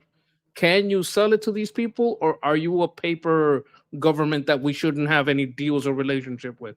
Because if your relationship with your people is so poor that you can't show them why this is in their best interest, you don't have enough stability for me to support you or defend you. Anything I give you is just going to fall in their hands. All right. Let me go to the super chat. Shauna, thank you so much for the super chat saying, no, I agree with national identity, but regional identity is better than racial identity for Americans. 100%. I agree with Shauna here. national identity is the number one top collective identity, in my opinion, that has the most utility, but doesn't mean it's the only one that makes sense. Ethnic identity, in my opinion, is not very, there's not that much utility in there. Culture, ethnic culture, celebrating them, it makes a lot of sense. But as an identity, national identity should be above all else. 100%. I agree with you, Shana. That makes a lot of sense. Fleshy with a super chat saying, escalate to a new level of deal making. Oh my God. Fleshy has had enough. Fleshy is like, make it stop. Make it stop. Make the talks stop. Let's just go. Oh my God. Fleshy's patience is running out. I feel you. It's not enough not enough meat on the bone for Fleshy. Want something real. Yes. And then, oh, look at this. Jets just got us 100 jewels. 100 saying, what is that? It's Marshmallow. It's Marshmallow. Marshmallow saying hi. So we can't see it. So it's being described to us because we can't highlight when we highlight it. But you guys can see it when they come in. Got up marshmallows. And then Justin with a super chat saying, what about this? Trump brokers peace in Ukraine, then free up Ukraine to link up with Israel troops and both invade the north. Neither Bibi nor Zelensky need congressional approval. A two-front war. I mean, I don't see the Ukraine-Russia war ending anytime soon. I think there's going to be ceasefires, and then we're going to go. Maybe I'm wrong about this because Monkey, do you see that ending anytime soon? I don't see that. I don't see it ending anytime soon, and I don't think this gives Israel more. This gives Ukraine more freedom. If they broker a deal, they can't attack the ships that are supplying Iran, and they can't attack the ships that are maybe, if I don't know if they are, but if any ships are sending oil up to Russia, because Russia's also having its problems with oil. I know, crazy, but it's happening. Like if it would right now, because of what's happening, Ukraine has the power to disrupt any shipping between Russia and Iran, either coming or going. That's good for them, and it's good for us. Under a treaty, they could have a buildup, and they could attack Ukraine again, and that normalization of the trade routes could also help Iran, which isn't convenient for them or us because the drones they get hit with come from Iran. So I don't know that this would be the best road. Also, by the way, I don't think this is Israel's speciality. You guys know I pray, like I'm always at awe when it comes to Israel's capabilities. But I don't think ground operations so far away from home, that's not one of their special. That's a U.S. thing. Israel can do ground operations in Lebanon successfully, in Gaza successfully, maybe in Syria successfully. But this is something that they have no experience with. Israel has the most amazing air force, the best intelligence when it comes to the Middle East, the best intelligence. Like their intelligence in the Middle East is superior than U.S. intelligence in the Middle East. But when it comes to ground operations like that, so far away from your own borders, that's then United States. That's a U.S. thing to do. I don't think Ukrainians can do that either. I think that's just mostly U.S. I don't think anybody can do that other than the U.S. Like on the scale that is required. I would also like to say this is the type of super chat that leads to a good conversation, good analysis. Yes. So I appreciate the super chat, and Armin does too. Yes, very much, and I appreciate you saying that, Monkey. Thank you for saying that. That's a good reminder. Justin, you bring up really interesting points. Sometimes we agree, sometimes we disagree, but it starts a great conversation. Good job, Monkey. Monkey, you're good at this. Yes, you're good at this, acknowledging the value that people bring to our conversation. That's a very nice thing to do. I appreciate you doing that, Monkey. A good job a day keeps the Piers Morgan away. Yeah. Okay, Kevin, thank you so much. Kevin with the membership gift. Somebody is now a member in the chat because of Kevin. Kevin always supporting us. I love you. I love it. Thank you. Yeah, so much. he's very consistent with his support. Appreciate it. Very much. Yeah. Fleshy with a super chat saying, "How does Pahlavi get into Iran if the U.S. blocks him?" I mean, I don't know why the U.S. would block him. I don't want to say why they would do that. Like, I don't think they would do that. I mean, it's one thing for them to not come publicly endorse him, but I think there's no reason for them to come block him from entering Iran, unless I'm missing something. Monkey, am I missing something here? There are some people that interpret the fact that he is not being pushed by the administration as blocking, which is not the same thing. I would step away from that kind of interpretation. I would think that at the right time that will come. Americans are incredibly against something that's not self-determinism. I think if I think there will be a way for the people to voice their support, and then it will be just, hey, we have to support Pahlavi because the people support him. I think that's where things will go. But because of 1776, Americans are very, very, almost hardwired against imposing a leader on outsiders because we don't want it done to us. Right. And then, yeah, that's a good answer. And thank you, Fleshy, for the super chat and a good question. And Kevin with 550 joules, using a jewel that was, I think it was a turtle drinking water. I looked at it. It's a stay hydrated. By the way, guys, now we have jewels. We have gifts and jewels. Like if you look at next to the chat, there's a super chat icon, but there's also a gift basket. And oh, now I see it. You could buy different jewels. There's like so many different images here. What the hell? This is new. So yeah, next to the super chat icon, there's a gift box that apparently you could get, gifts, jewels, or whatever. It's like some cool images. So where is the stay hydrated one? Oh yeah, I was right. The 550 one is a turtle drinking water. Thank you. Thank you, Kevin, for that. I do stay hydrated. Appreciate it. Look at this. I finished my first cup of tea, giant cup of tea. I'm through the second one, and I have my third one ready already here. Okay. I've been researching those heating coasters. Oh yeah. Yeah, I've been researching them too, but I don't like the ones that I see because they're not this big. My cups need to be this big. Right? And they need to be transparent because I like to see my tea. Here's a very important question. Very, very important question. Kill is saying, is Monkey close to 1,000 subs? Well, I don't know. You tell me. Here it is. Here's his channel. It's 700. Oh, I'm so sad. I wish I could get it 778.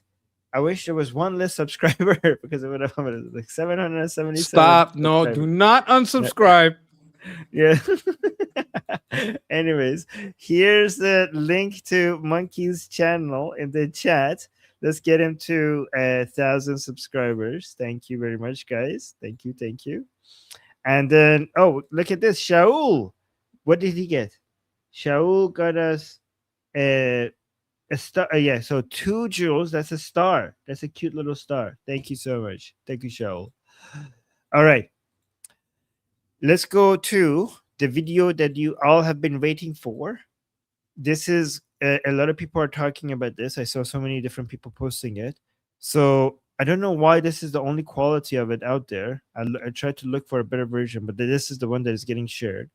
But let's look at it. This is Mark Levin speaking about Princess of Pahlavi, asking his guest to rise up, to give them some of what they need, some of the training and some of the arms. Go ahead.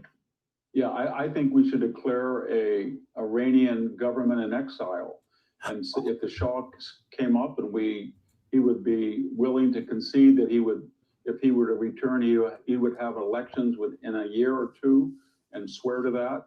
And then we would deal with the exile, some type of exile government, and just ignore the theocracy and say, we're not going to talk to them, and make them pay for any damage they do with the funds that we've confiscated and frozen. I think that's a great idea, by the way. And I've talked to that man once or twice offline, and he seems like a very serious man who wants what's best for his people. He's really not interested in power. And he's a very intelligent, civil person and so forth and so on. But I like that idea. And I think that what you just mentioned would scare the hell out of this regime. I really do. Because then the people actually have a way to focus and organize. Yeah, we can use the money that we've frozen because, as people said, if they're still going to try to hit ships, we're not going to unfreeze their money. We'll turn it over to a government in exile, and they can bank it for when they return and help the Iranian people. But we have to have some kind of pledge that they will go to a consensual government. I think he will do that. He said that. The son of the Shah has. Amen. We'll be right back. Wow, this is big. This is big. And exile, you were right, Monkey. This is the terminology that they're using. I told you so. Yes, you did. You did. That was the right terminology, I guess. Like, this is what they're going with. Wow, this is the biggest U.S. endorsement. This, guys, if you guys don't know, technical term. I told you this is a technical term. Yes. It's, we know what it means, but it's a technical term. Yes, guys, this is the biggest U.S. endorsement of Princess of Pahlavi. If you guys don't know, Mark Levin is President Trump's favorite commentator on politics. I think this might be starting the normalization of the recognition of the government in exile led by Princess of Pahlavi. What do you think, Monkey? Do you think this is like them paving the way to get to there? It's one of the signs. The other sign is the repetition everywhere that Mustafa wants to nuke even more. Like, there's a lot of things that are moving toward that. We are. This seems that they're paving the way to create the mindset that we're getting ready for full regime change. That's what it seemed like. They tried everything else. Now they're going with Princess of Pahlavi. They might seem. This might be. Yeah, go on. I think that's what's going to happen. I think that's just almost inevitable at this point. Like my prediction about what would happen this week, like we try to get a deal or announce some kind of deal, and then it would be knocked down halfway through the week, was off. I was wrong about that. But this I knew been happening, and I've been talking about this for a month, at least a month. Like we have to declare a government in exile. I think it's about 2 months, because I've been talking about using the oil. Jeff has been talking about this too, to create start the before they even signed the MOU. We were talking about we need to have funds for a government in exile. We've been talking about Libya, how they had a government in exile, how Syria had a government in exile, how Iraq had they basically had a government in exile when they declared Saddam and the Ba'ath Party not government. We would have learned from those mistakes to make it even better, make it really good this time, way, way better, and be in contact with the local population. Pick someone whose interests are in democracy. So I would this is just what I've been harping on. I think what was holding us back is regional partners. We want more regional partners in on this, on the Abraham Accords. I think that's holding us back more than any kind of temporary MOU. Oh, Jeffrey. Hey, Jeffrey. I see Jeffrey's here. Yeah, okay. Let's see what Jeff has to say. So quite a few of us pushed for recognizing His Highness and led transition government as the official government in exile. Well, thank you for everybody. Thank you, Jeff. Thank you for everybody who's been pushing for this. It's working. We're finally moving in that direction. Hopefully this becomes the policy.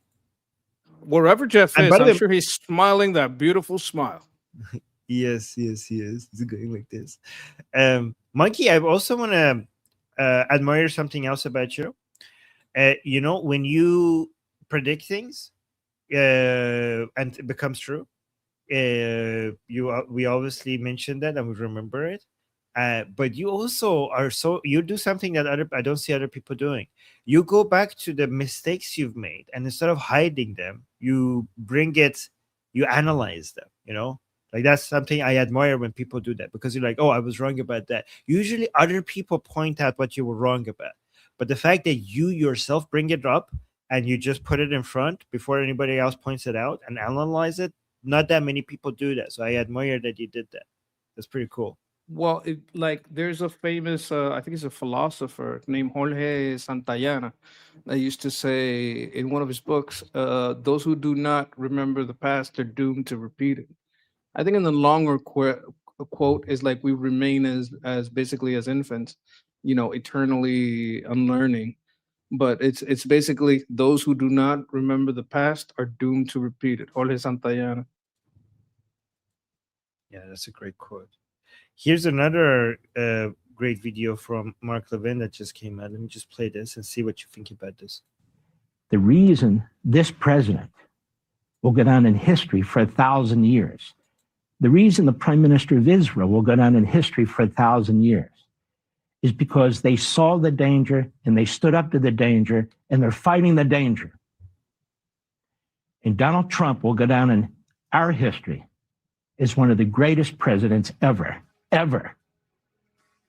because of what he is doing today, as well as other things that he's done, but certainly because of what he's doing today in dealing with this grave threat in Iran. What do you think about that? Do you agree with this? Yes. Absolutely.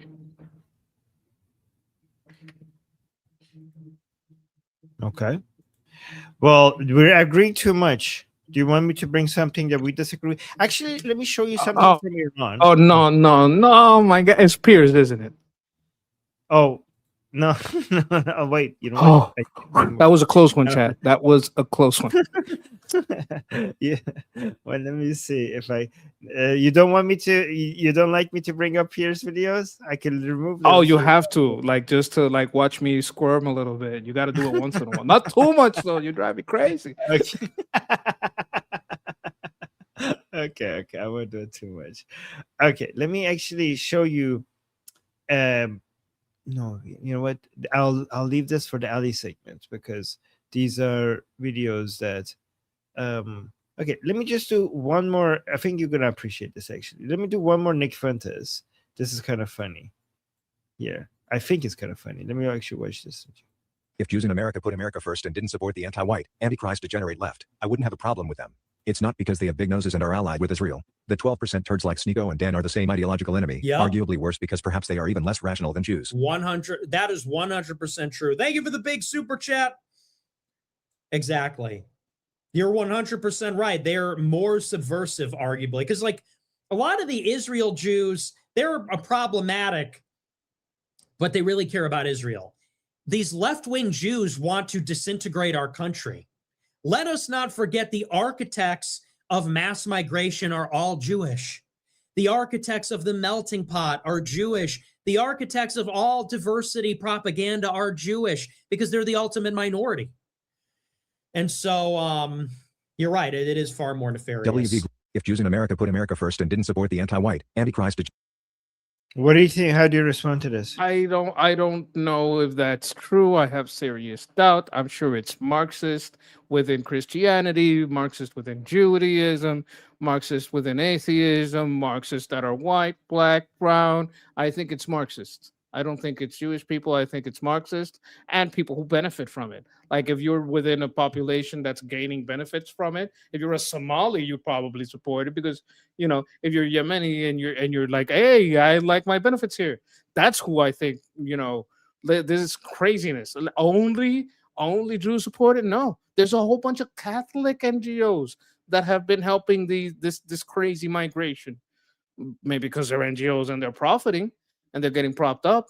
But this is not exclusive to one religion, one race, one nothing. It's exclusive to leftism and opportunism. Yeah, I mean, it's so stupid that they don't see that the problem has nothing to do with them being Jews, but the left-leaning policies that they have. Like this is not. This has. This is the issue. Is not left-wing Jews. There's left-wing. It's basically a problem with left-wing anybody these days, right? Yes.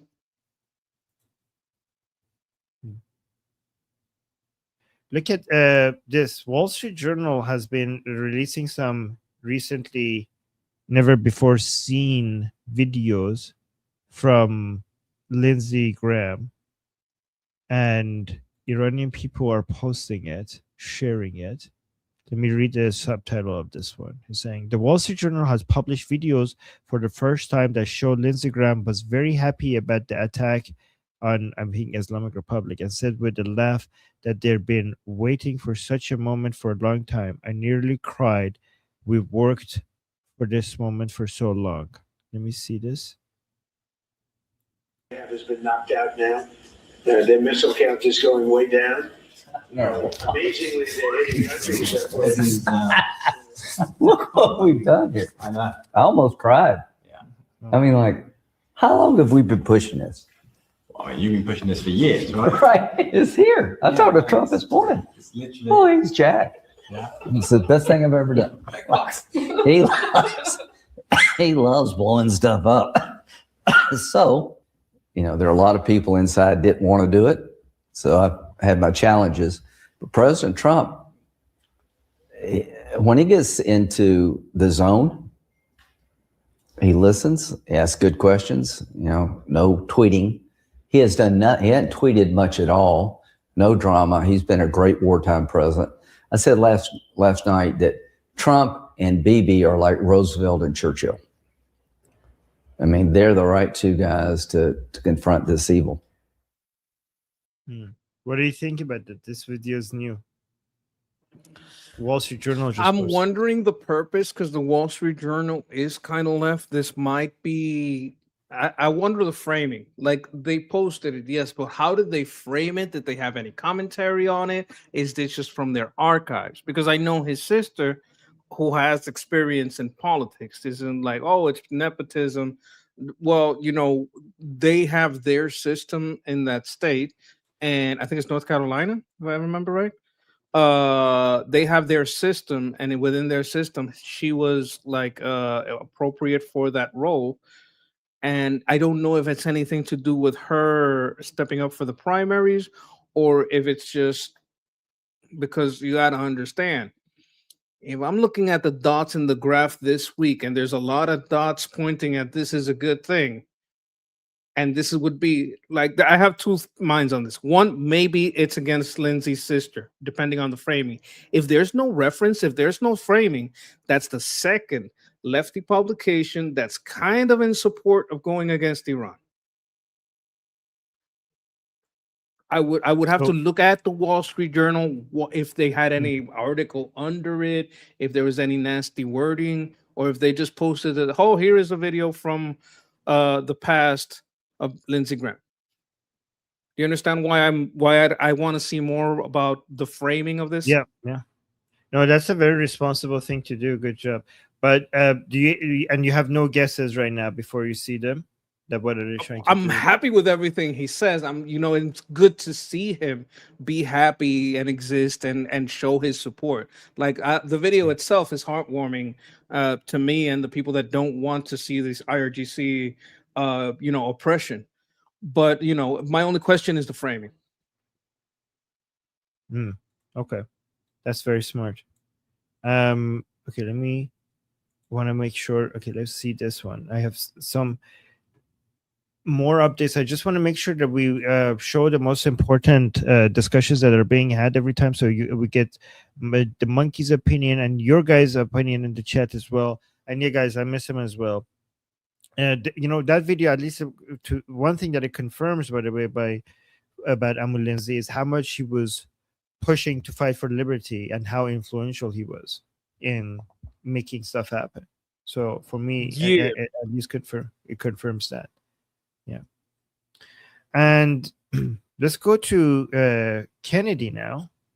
I think, I like his takes. I know, like last time, Monkey, you were right. I was like kind of being too picky about his language. You're right. I was wrong about Me? that. Oh my God, poor Kennedy. No, yeah, I was being mean. You're right. It's just You're the type defensive of the generals. I understand it. It's kind of admirable. Yeah. Oh, thank you. Yeah. So let's see what he's saying here. I've got a lot to get to with you. Let me just button up where I left it with Ambassador Waltz, if I could, because that Saudi civil nuclear deal he was just discussing, it's got to go to you. It's got to go to Congress for approval. Are you comfortable with it? No. Maybe someday, but not right now. We're bombing a country to keep them from getting a nuclear weapon. But we're signing a deal with another country. I know it's a commercial agreement, but that the world perceives as possibly someday leading to a nuclear weapon. The world's on a hair trigger. The world looks at what's going on in Ukraine, the Middle East. The world looks at America's relationship now with Europe. People are scared. That's why I say hair trigger. And if you're running Japan or South Korea or Australia or Brazil or some countries in Europe, you're at least thinking about the need to acquire a nuclear weapon. And then you see this deal with Saudi Arabia, and it's just not good timing. I think someday it might be. I don't think it's going to happen anyway, because the president's conditioned it on Saudi Arabia recognizing Israel, and they're not going to do that. Well, Saudi has said they'd be willing to, but they want a pathway for the Palestinians. The Israeli politics at the moment. So yeah, no. And I know, don't make I that know. sound. And imminent by the any stretch. president's going to say, the president's going to point out correctly that we've got 26 of these 1, 2, 3 agreements with other countries. Yes. But the timing's not good. Understood. I've got. Seems like it's not going to happen. Seems like you were right about that. Because if the condition is recognition of Israel, and Saudi is like, we will recognize Israel when they recognize Palestine, means that this is not going to happen. Just like the F-35, right? You were right about this. Bingo. As well. Yes, I knew this was not. I knew this was not going to happen. Texas was with me on this. Yes. Where is Texas? She needs to come. She needs to put "I told you so" in the chat. Where is she, guys? We miss her. We're gonna message her. Maybe for the next show, coming up in about an hour for you guys. You're gonna love it. Yeah. Okay. He mentioned Ukraine, so let's see this video. President Zelensky had a comment over here. You mentioned the Iran. You mentioned the Middle East and how it takes attention. Are you worried about Iran potentially attacking you? They've threatened because of what happened with one of their vessels. Or is that not a concern? And what do you think if Iran, from the first year of the war, gave new technology to Russia? It was Shahid drones. They gave thousands of these drones first year of the war. Then they gave licenses. What did they do? Did they attack us? I think yes. So they already did it. The war was already underway, effectively. They are attacking you. We have to be cautious. We have to do everything not to open new front in any way, but we have to be honest. Iranians and North Koreans already attacked us.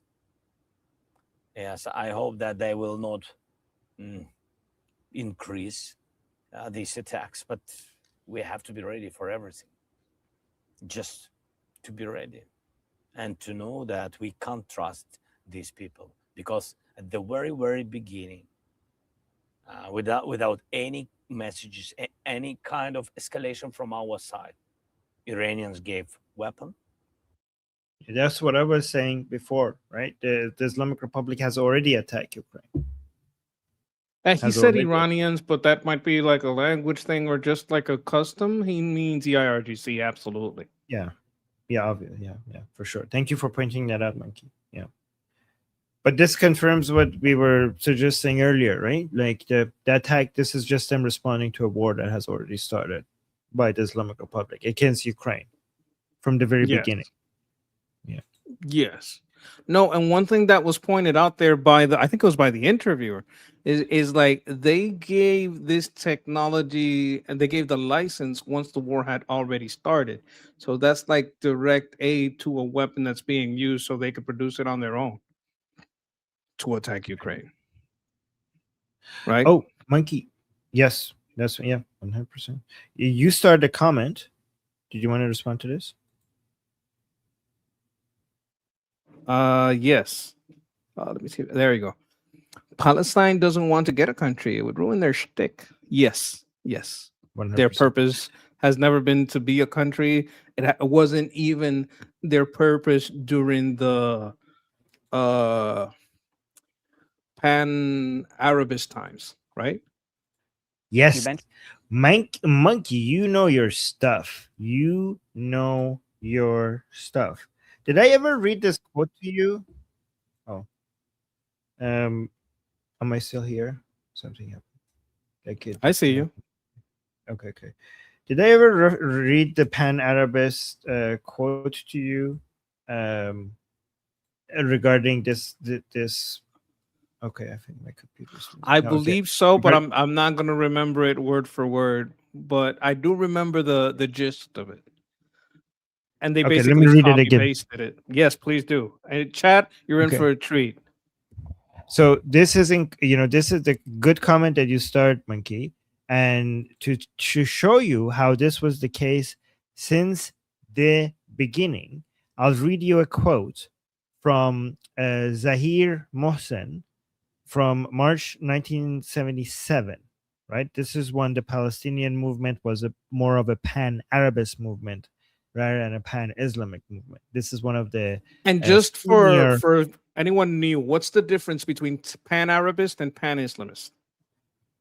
So the Pan-Arabists wanted to unite the Arab world, regardless of being Muslim or not, to create a bloc against Western powers, kind of like, and they were like socialist, very much like the Nazis. Like they believed in Arab superiority, Arab unity, and they were socialists. So they're basically the Arab version of Nazis, right? They failed largely because of Israel defeating them multiple times. Jamal Abdel Nasser was their main leader of Egypt, and that whole thing collapsed. And then the Palestinian cause then was picked up by the Pan-Islamists, first by Sunni Pan-Islamists, but eventually by Shia Pan-Islamists under the Islamic Republic in Iran, as the Sunni bloc that unites Muslims, the Ummah, against the West, instead of the Arabs. So Muslim regardless of you being Arab or not. So they were Arab, unity on being Arab regardless of you being Muslim or not.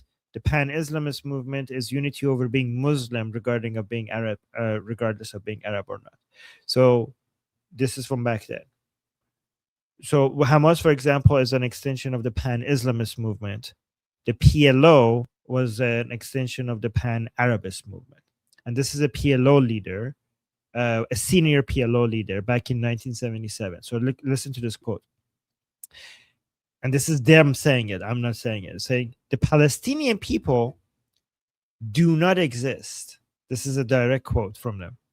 The Palestinian people do not exist. There is no difference between Jordanian, Palestinian, Syrians, and Lebanese. Between Jordanians, Palestinians, Syrians, and Lebanese, there are no differences. We are all part of one people, the Arab nation. Just for political reasons, we currently underwrite our Palestinian identity because it is of national interest for the Arabs to advocate for the existence of Palestinians to balance Zionism. Yes, the existence of a separate Palestinian identity exists only for tactical reasons. Once we have acquired all our rights in all of Palestine, by the way, all of Palestine means everywhere that we call Israel. When they say Palestine, they mean all. When he says all of Palestine, he means that the complete destruction of Israel.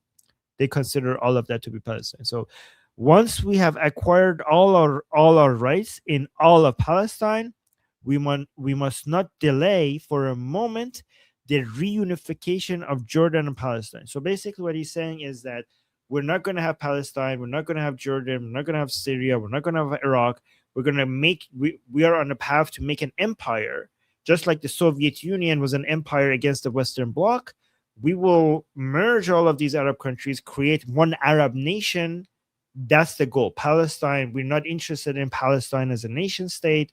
We're interested in the Arab nation state, the Arab empire, actually, right? And in the same way, the Muslims who came after, once the Pan-Arab movement failed, they're not interested in a Palestine as a nation state either, because they consider nation state model to be against God. It's Western, it's un-Islamic, it's anti-Islamic. They're interested in the Ummah, the Islamic Ummah. So just like the Arabs were interested in an Arab empire, not the Palestinian nation state, the Pan-Islamic movement is interested in an Islamic empire, the Islamic Ummah, with a caliphate as a head, or if you're Sunni, or an imamate as a head, if you're Shia, against the Western powers. They thought their idea is that with the Soviet Union gone, the bloc against the West now would be their bloc, their empire, but it ended up not being it ended up being China instead. But they were thinking that it's their turn now. That's what they were thinking. So did that make sense?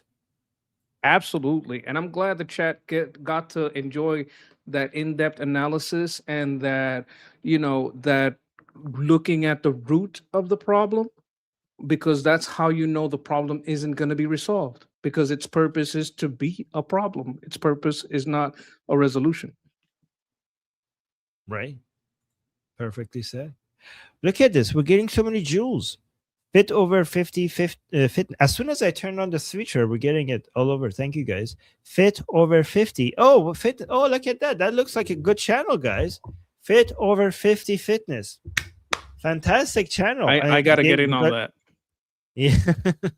What do you mean? I thought you were like... I'm a very old monkey. Okay, I just sound you. Okay. All right, guys. That's 2 jewels. Thank you so much. And really nice channel. Like, sounds like it. And then we got Rod Miller with 10 jewels with a thumbs up. Thank you. I appreciate that. Thank you for all the jewels, guys, for the gifts. And oh, this is a sweet comment. I just want... Oh, look at this. Veteran Hoffman is saying, Armin has kind of educated me on that before. Well, thank you. I really, thank you guys for saying that. Makes me feel good. Because you guys are being so sweet, I'm going to treat you with this wholesome, beautiful video from Mamdani. Okay? This is a treat from this. Oh, no. Okay. This is what I do because I love you guys. Like, aren't you guys grateful? Why is he wearing a Miss Universe sash? I don't know. Okay. Yes. Okay. So, I think they're based on the text that Kaveh sent me. It seems like they're talking about and whether or not he's pushing for is he responsible for anti-Semitism? So let me see what he has to say here. Say to Jewish New Yorkers who feel you're fueling anti-Semitism. I would say first and foremost is there's no tolerance for anti-Semitism in this city. We have to root out anti-Semitism from across the 5 boroughs, and that's because this is a city that is one that has no room for hate or bigotry of any kind. And when we make criticisms of a nation state or policies, we have to remember that those are criticisms of exactly that. Never of a people, never of a faith. Do you feel the video may have contributed at all to the attack that happened on Thursday, as some New Yorkers feel that fan the flames? I think when it comes to the horrific stabbings on the Upper West Side, my thoughts first and foremost are with both the Asian New Yorker and the Jewish New Yorker who were stabbed. I'm thankful that they are in a stable condition, and I'm wishing them a full and speedy recovery. And I'm also thankful to the NYPD for their quick and swift response to both. He didn't answer the question. Apprehending the alleged. Not even a little. Yeah, he just completely. Guys, they're referring to a video that he posted that was very, very aggressively anti-Israeli. And they're like, don't you think that video might have contributed to the anti-Jewish hate? And then he didn't answer it at all. NYPD for their quick and swift response to both apprehending the alleged perpetrator Raul Morales, and now I've seen the charges that have been levied against him of attempted murder and a hate crime, and I'm hopeful that he will be prosecuted for the full extent of the law. That was so sleazy. Like, she asked a specific question and he completely ignored the question. It's like he skipped to the remedy for the consequences of his words, but didn't discuss whether his words had consequence. Yeah. By the way, Well, Monkey we did a know really the kind of law he wants. I have an image here that I used for one of my streams about, and it goes well with the sash. Like, you could even picture the sash on this. This is Mandami and his love for law. He loves the International Criminal Court. You can see him looking quite fabulous. I had a stream about this, and we also talked about it here, where we had the channel Ask Haviv get into it. So he doesn't like the local laws. He doesn't like equal law. He likes international law and wearing sashes, which is, I think this image is quite appropriate. I'm glad I was able to bring it back. But go ahead to the other image. Go back to your stream. You guys like that, don't you? You like that? Some of you are like kind of confused. Like, the mind says no, but the body says yes.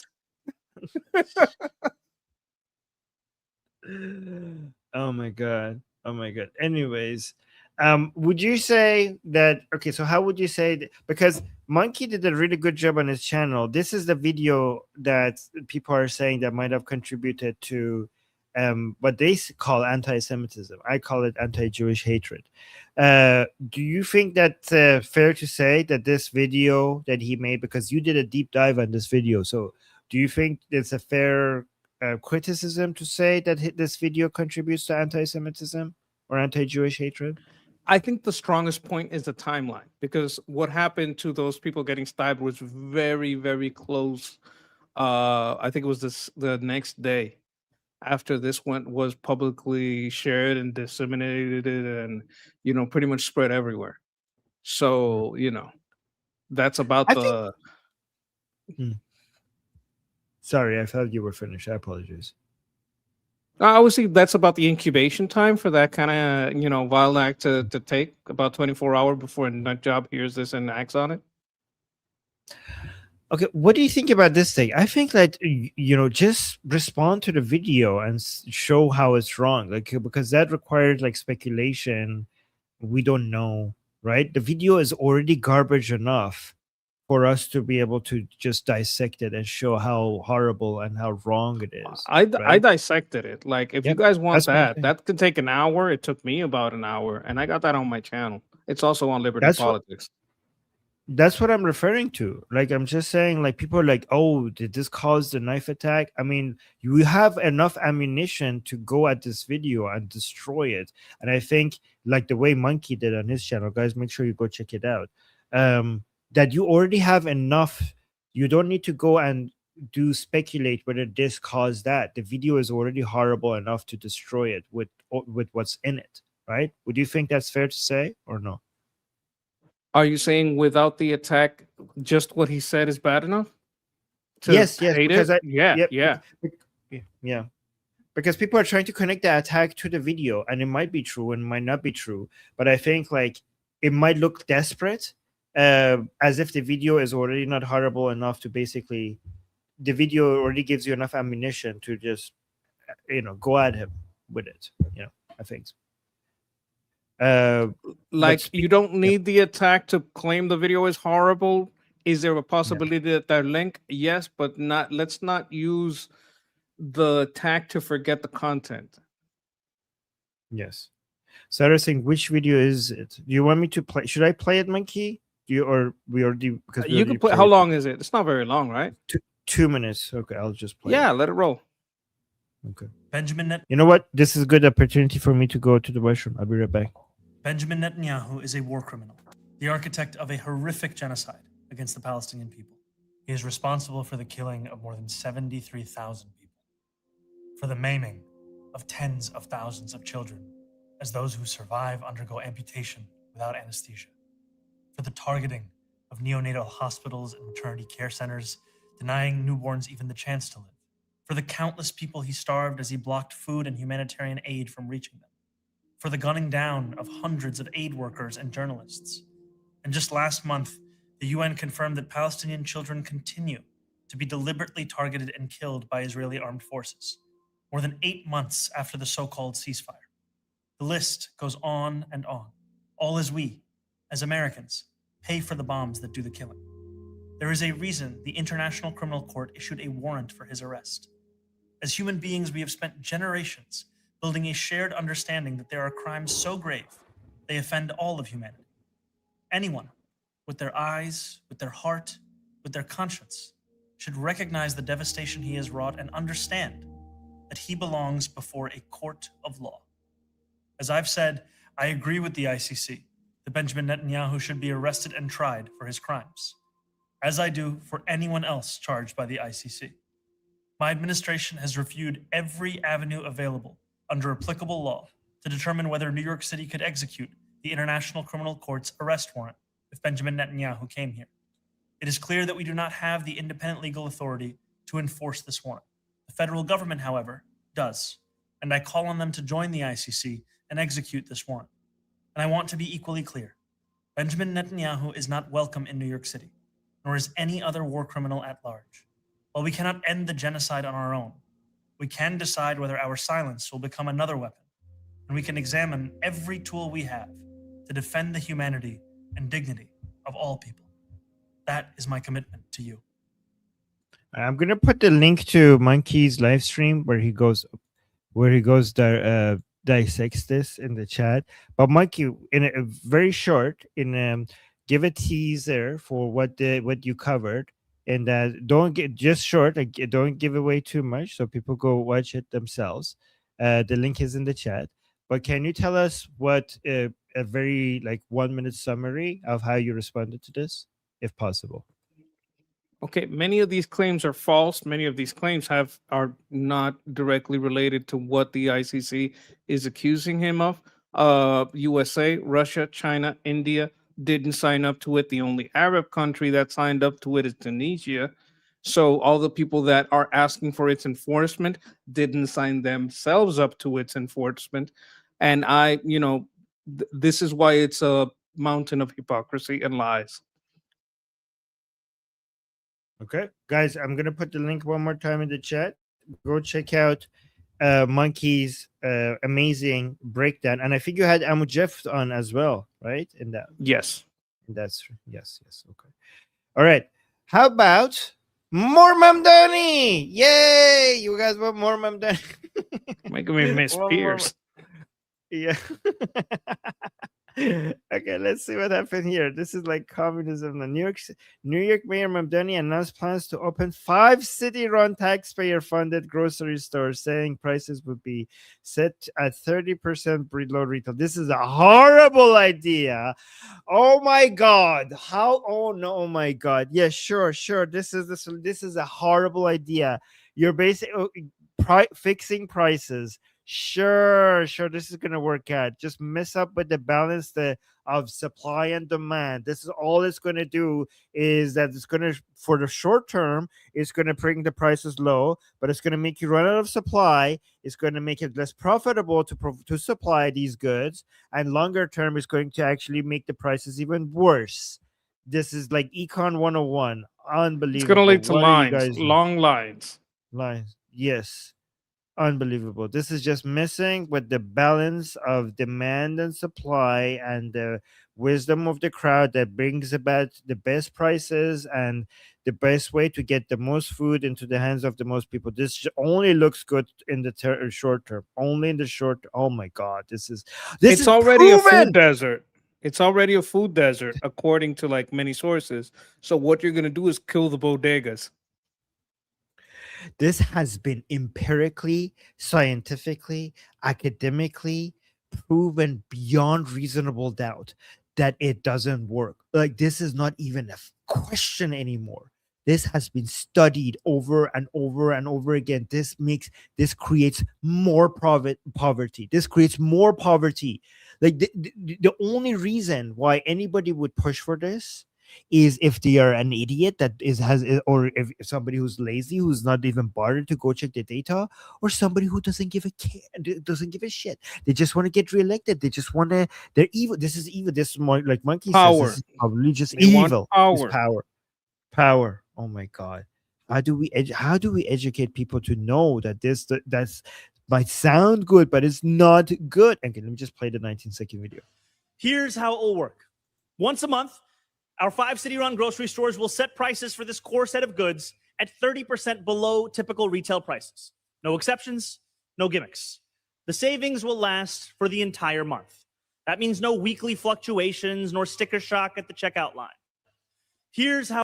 Yeah, that's a 19-second video. This is actually infuriating that they're doing this. Unbelievable. It's disgusting.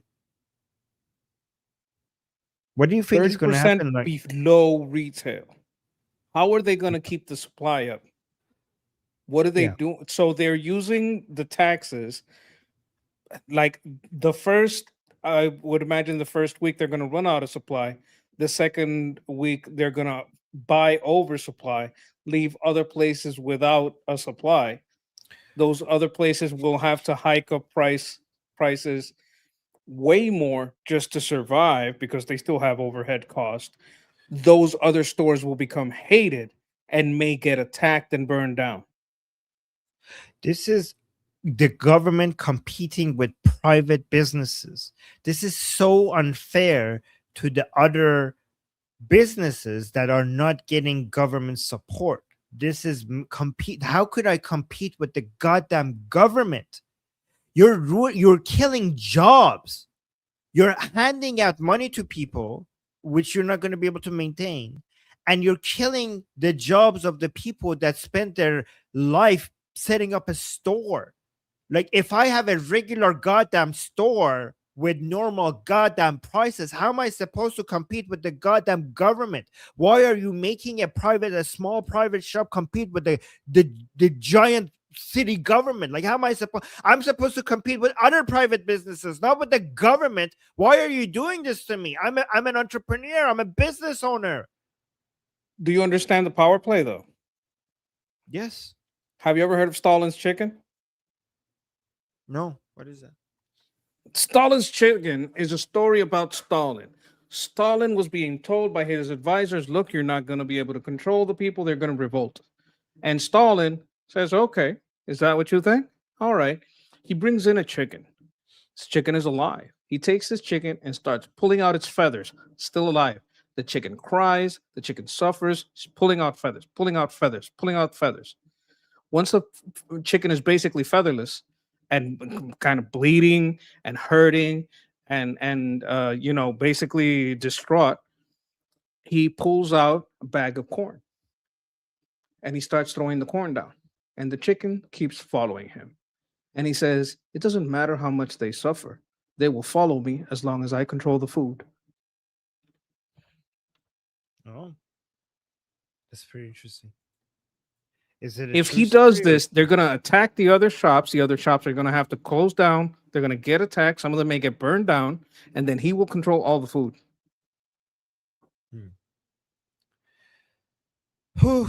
Okay. This is we need to find a way to make capitalism cool, because people are not going to spend the time to learn these things. We just have to find a way to make it cool, because it's hard to compete with the idea like, here's some cheaper stuff, here's some free stuff. Yeah.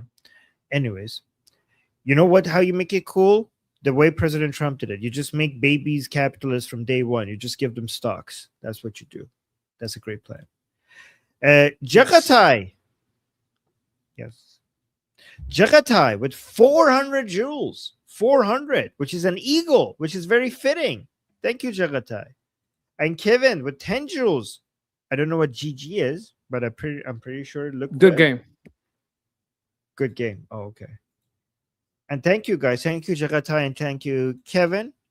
And then Jagatai with the super chat saying, making us watch Francis Piers Morgan and Mamdani is bullying. Sorry. Oh, I'm sorry. Yeah. Well, I think I have more. I think this is the next video is from Emily Schrader. Love Emily, but she's showing us some idiot. She calls her an idiot, saying useful idiot at a vigil for Berlin Pride Parade victim says she hoped the attacker was not an Arab Muslim but a white Christian person. Suicidal empathy. So I will play that after this. So see, the bullying continues. Thank you, Jagatai. Thank you, Jagatai. Comrade Shifty saying, "Mom, dummy is dumb." Shuckers, yes, shucker. I mean, he's not dumb. Monkey always reminds us he's not dumb. He's evil. That guy is evil. Yeah. He's like the Obama Part 2, the same way that Hakeem Jeffries is Dollar Tree Obama. Yeah. What about this? Is this stupid or is this evil? My bet is on. Well, let's see. Actually, I don't know. Let's play it first. Diese Nachrichten zu bekommen, dass beim CSD ein Auto reingerast ist, ein Mann in einem Auto. Okay, she's speaking German, so she translated it for us. She's saying she's hoping it's not an Arab, a Muslim. She's hoping it's a white Christian person. We wouldn't do that. We'd just pray for you. I mean, even if some of them do, the fact that you're hoping it, that's just like, why would you hope that? Unbelievable. So it justifies their hate on white Christian people. Yes. Yeah. Speaking of stupid, let's do an update on Gays for Gaza. Gays for Gaza, globalize the Intifada. Gays for Gaza, globalize. It's a little loud. What? Yeah, I'm sorry. It's a little loud. Sorry. It's saying gays for Gaza, globalize the Intifada. Wow, so they want to spread terrorism globally. Look at this again. Gays for Gaza, globalize the Intifada. I'm pulling my headphones Gays out. for Gaza, globalize the Intifada. Gays for Gaza, globalize the Intifada. Gays for Gaza, globalize the Intifada. Monkey, do you think they know what's going to happen to them if they go to Gaza? Like, do you think they know their views of the average Gazan about gays? Do you think they know, or did they not? 50-50. I don't think they care. They just hate. Well, this guy is probably getting paid, right? Because you have to understand, because we know their structures, when you see a microphone and the loudspeaker, that guy's probably an organizer, probably getting paid than a lot of people, paid more than a lot of people. They will have posters that they print all together. So this guy probably knows he's full of shit, but he has to motivate these other people. He's just getting paid. He's just a grifter. He might believe in Marxism, but he believes more in getting that check. So I would put him in that camp. The rest of them 50-50. So would you say it's likely that he's evil, not stupid, and everyone else in this picture is just stupid? Is that like a... That's a leather jacket. That's a nice leather jacket. This guy is evil. I would put the rest of them at about 50-50. Okay. Speaking of evil, Tommy Robinson posted a new video of Muslims takeover. The continuation of the Muslim invasion of Europe, specifically Manchester, England here, and they're going traditional. Look at this. They're going back to their roots. Look at this. These are Muslims on horsebacks with Islamic flags in the UK.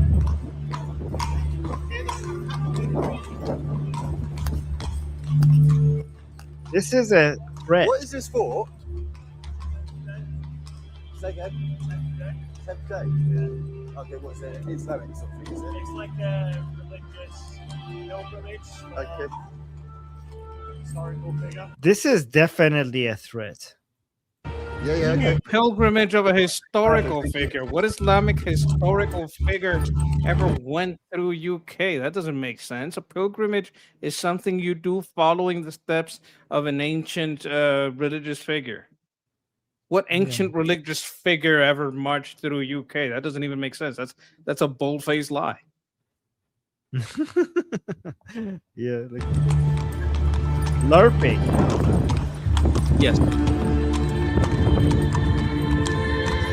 Yes, boss man.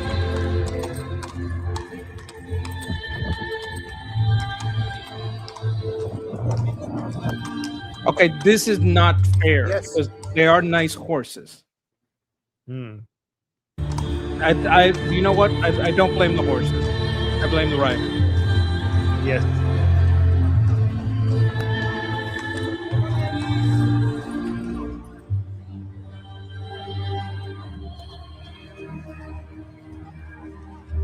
Anyways, just wanted to let you guys. This is the UK. This is the UK. Now they're coming.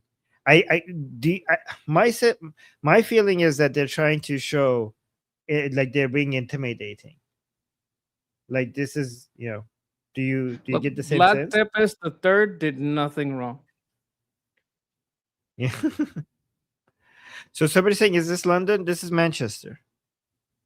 It's not London, but it's in the UK. Anyways, just wanted to let you guys know. The flag says Ya Hussein, which means, you know what that means? That means they're Shia. You know what? Also, you know what else that means? That means that this is funded by the Islamic Republic. That flag, this is probably for Ashura or whatever. So this is probably illegal because they were declared illegal. They were declared a terrorist organization. That's This a should good be point. investigated. This flag, when it says Ya Hussein, that means that I am close to 100% sure that all of this is funded and organized by the Islamic Republic in Iran. Were you able to see any of the signs up front? Is there more? Like I did see the sad penguins, but I don't know if there's any more sad penguin signs around here. They were like holding. So the Mehdi, they have a sign. It says the Mehdi here, so that's the 12th Imam. Basically, their signs keep indicating that they're Shia. They wouldn't. In the UK, they're careful to just make it Shia, but nothing about any of the groups. What's they're that in careful. the red? You see that in red? What does that say? The 10thday.com is their website.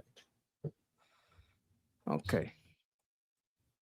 I think it's basically another way to say Ashura, which is the day that the Hussein was killed in Karbala. Okay, guys, make sure you subscribe to the monkey. Okay, please. Oh, you're at 7. What are you at right now? Wow, we jumped up. You're at 781. That's a pretty good jump. That's excellent. Making my way to 1,000. Thank you, guys. Let me actually put the link to Monkey's channel. Help me buy a better microphone, chat. Get me to 1,000. Yeah. Yes. Yes, guys. He needs a better microphone. And guys, we are going to. Hey, wait, is today open? No, today is not open. Is it today? Yeah, today is open. Okay, guys, come to our discussion group today. Apparently, it's. Let me refresh this. Was this from yesterday? Oh no, today is not open. So, guys, come join our group call. We have calls every day. So I'm going to put the link to our discussion group so you could join today's group call. Monkey, would you be there in our group call? I gotta do a couple of calls, school stuff, but yeah, pretty maybe a little later, like maybe midway through or a little after the beginning. Okay, guys, the link is in the chat. The link is in the QR code at the top left. The link is in the description. The link is also in the bio section of our channel, Liberty Politics. It's in the bio right here. Also, if you don't want to come to our group call, that's okay. Just make sure you're subscribed to Liberty Politics and you hit the bell notification because we're going to broadcast the group call live over there. Okay, so I'll see you guys in about an hour and a half there. So thank you, everybody. Monkey, do you have anything else to say before we? Oh, you start something. Oh, wait, we have Mark is celebrating 6 months of membership. 6 months. Saying just in case there will be a poll. 2, you know what? I'm gonna remember that, Mark. If we ever have a poll, even if you're not there, I'm gonna vote on your behalf as 2. Okay, that vote will be not go. That vote will not go to waste. I promise you that. Thank you, Mark. And then We got you start a comment. Don't shock the monkey. This is from Alf, what? Alien Life Form. Yeah. It says, "Don't shock the monkey." No, he didn't put a collar on me. You need a shock No. collar for that. That's Hassan Piker. He's shocking the dog. No, guys, I don't shock the monkey or my goat. This goat, I know, like Hassan Piker has a dog in the background. Yes, this is a goat. Again, do not call him a cow. And unlike Hassan Piker, I do not shock him. He's a good boy. I don't even need to tell him not to move around. He is free to move around if he wants, but he doesn't. So there's that. Thank you for that. And yeah, guys, so that was us. And we'll see you guys in Rescued that goat from those lascivious highs in the mullah regime. Oh my god. I rescued him already. That's why he's here. This is rescued. That's what I meant. Yes. All right, guys. See you guys in an hour and a half in our group call or on Liberty Politics YouTube channel. And until next time, until very soon, I'm Israel Chai, Slava Ukraine, Cuba Libre, Long live America, Javid Shah, Payende Iran. Mwah. See you guys soon.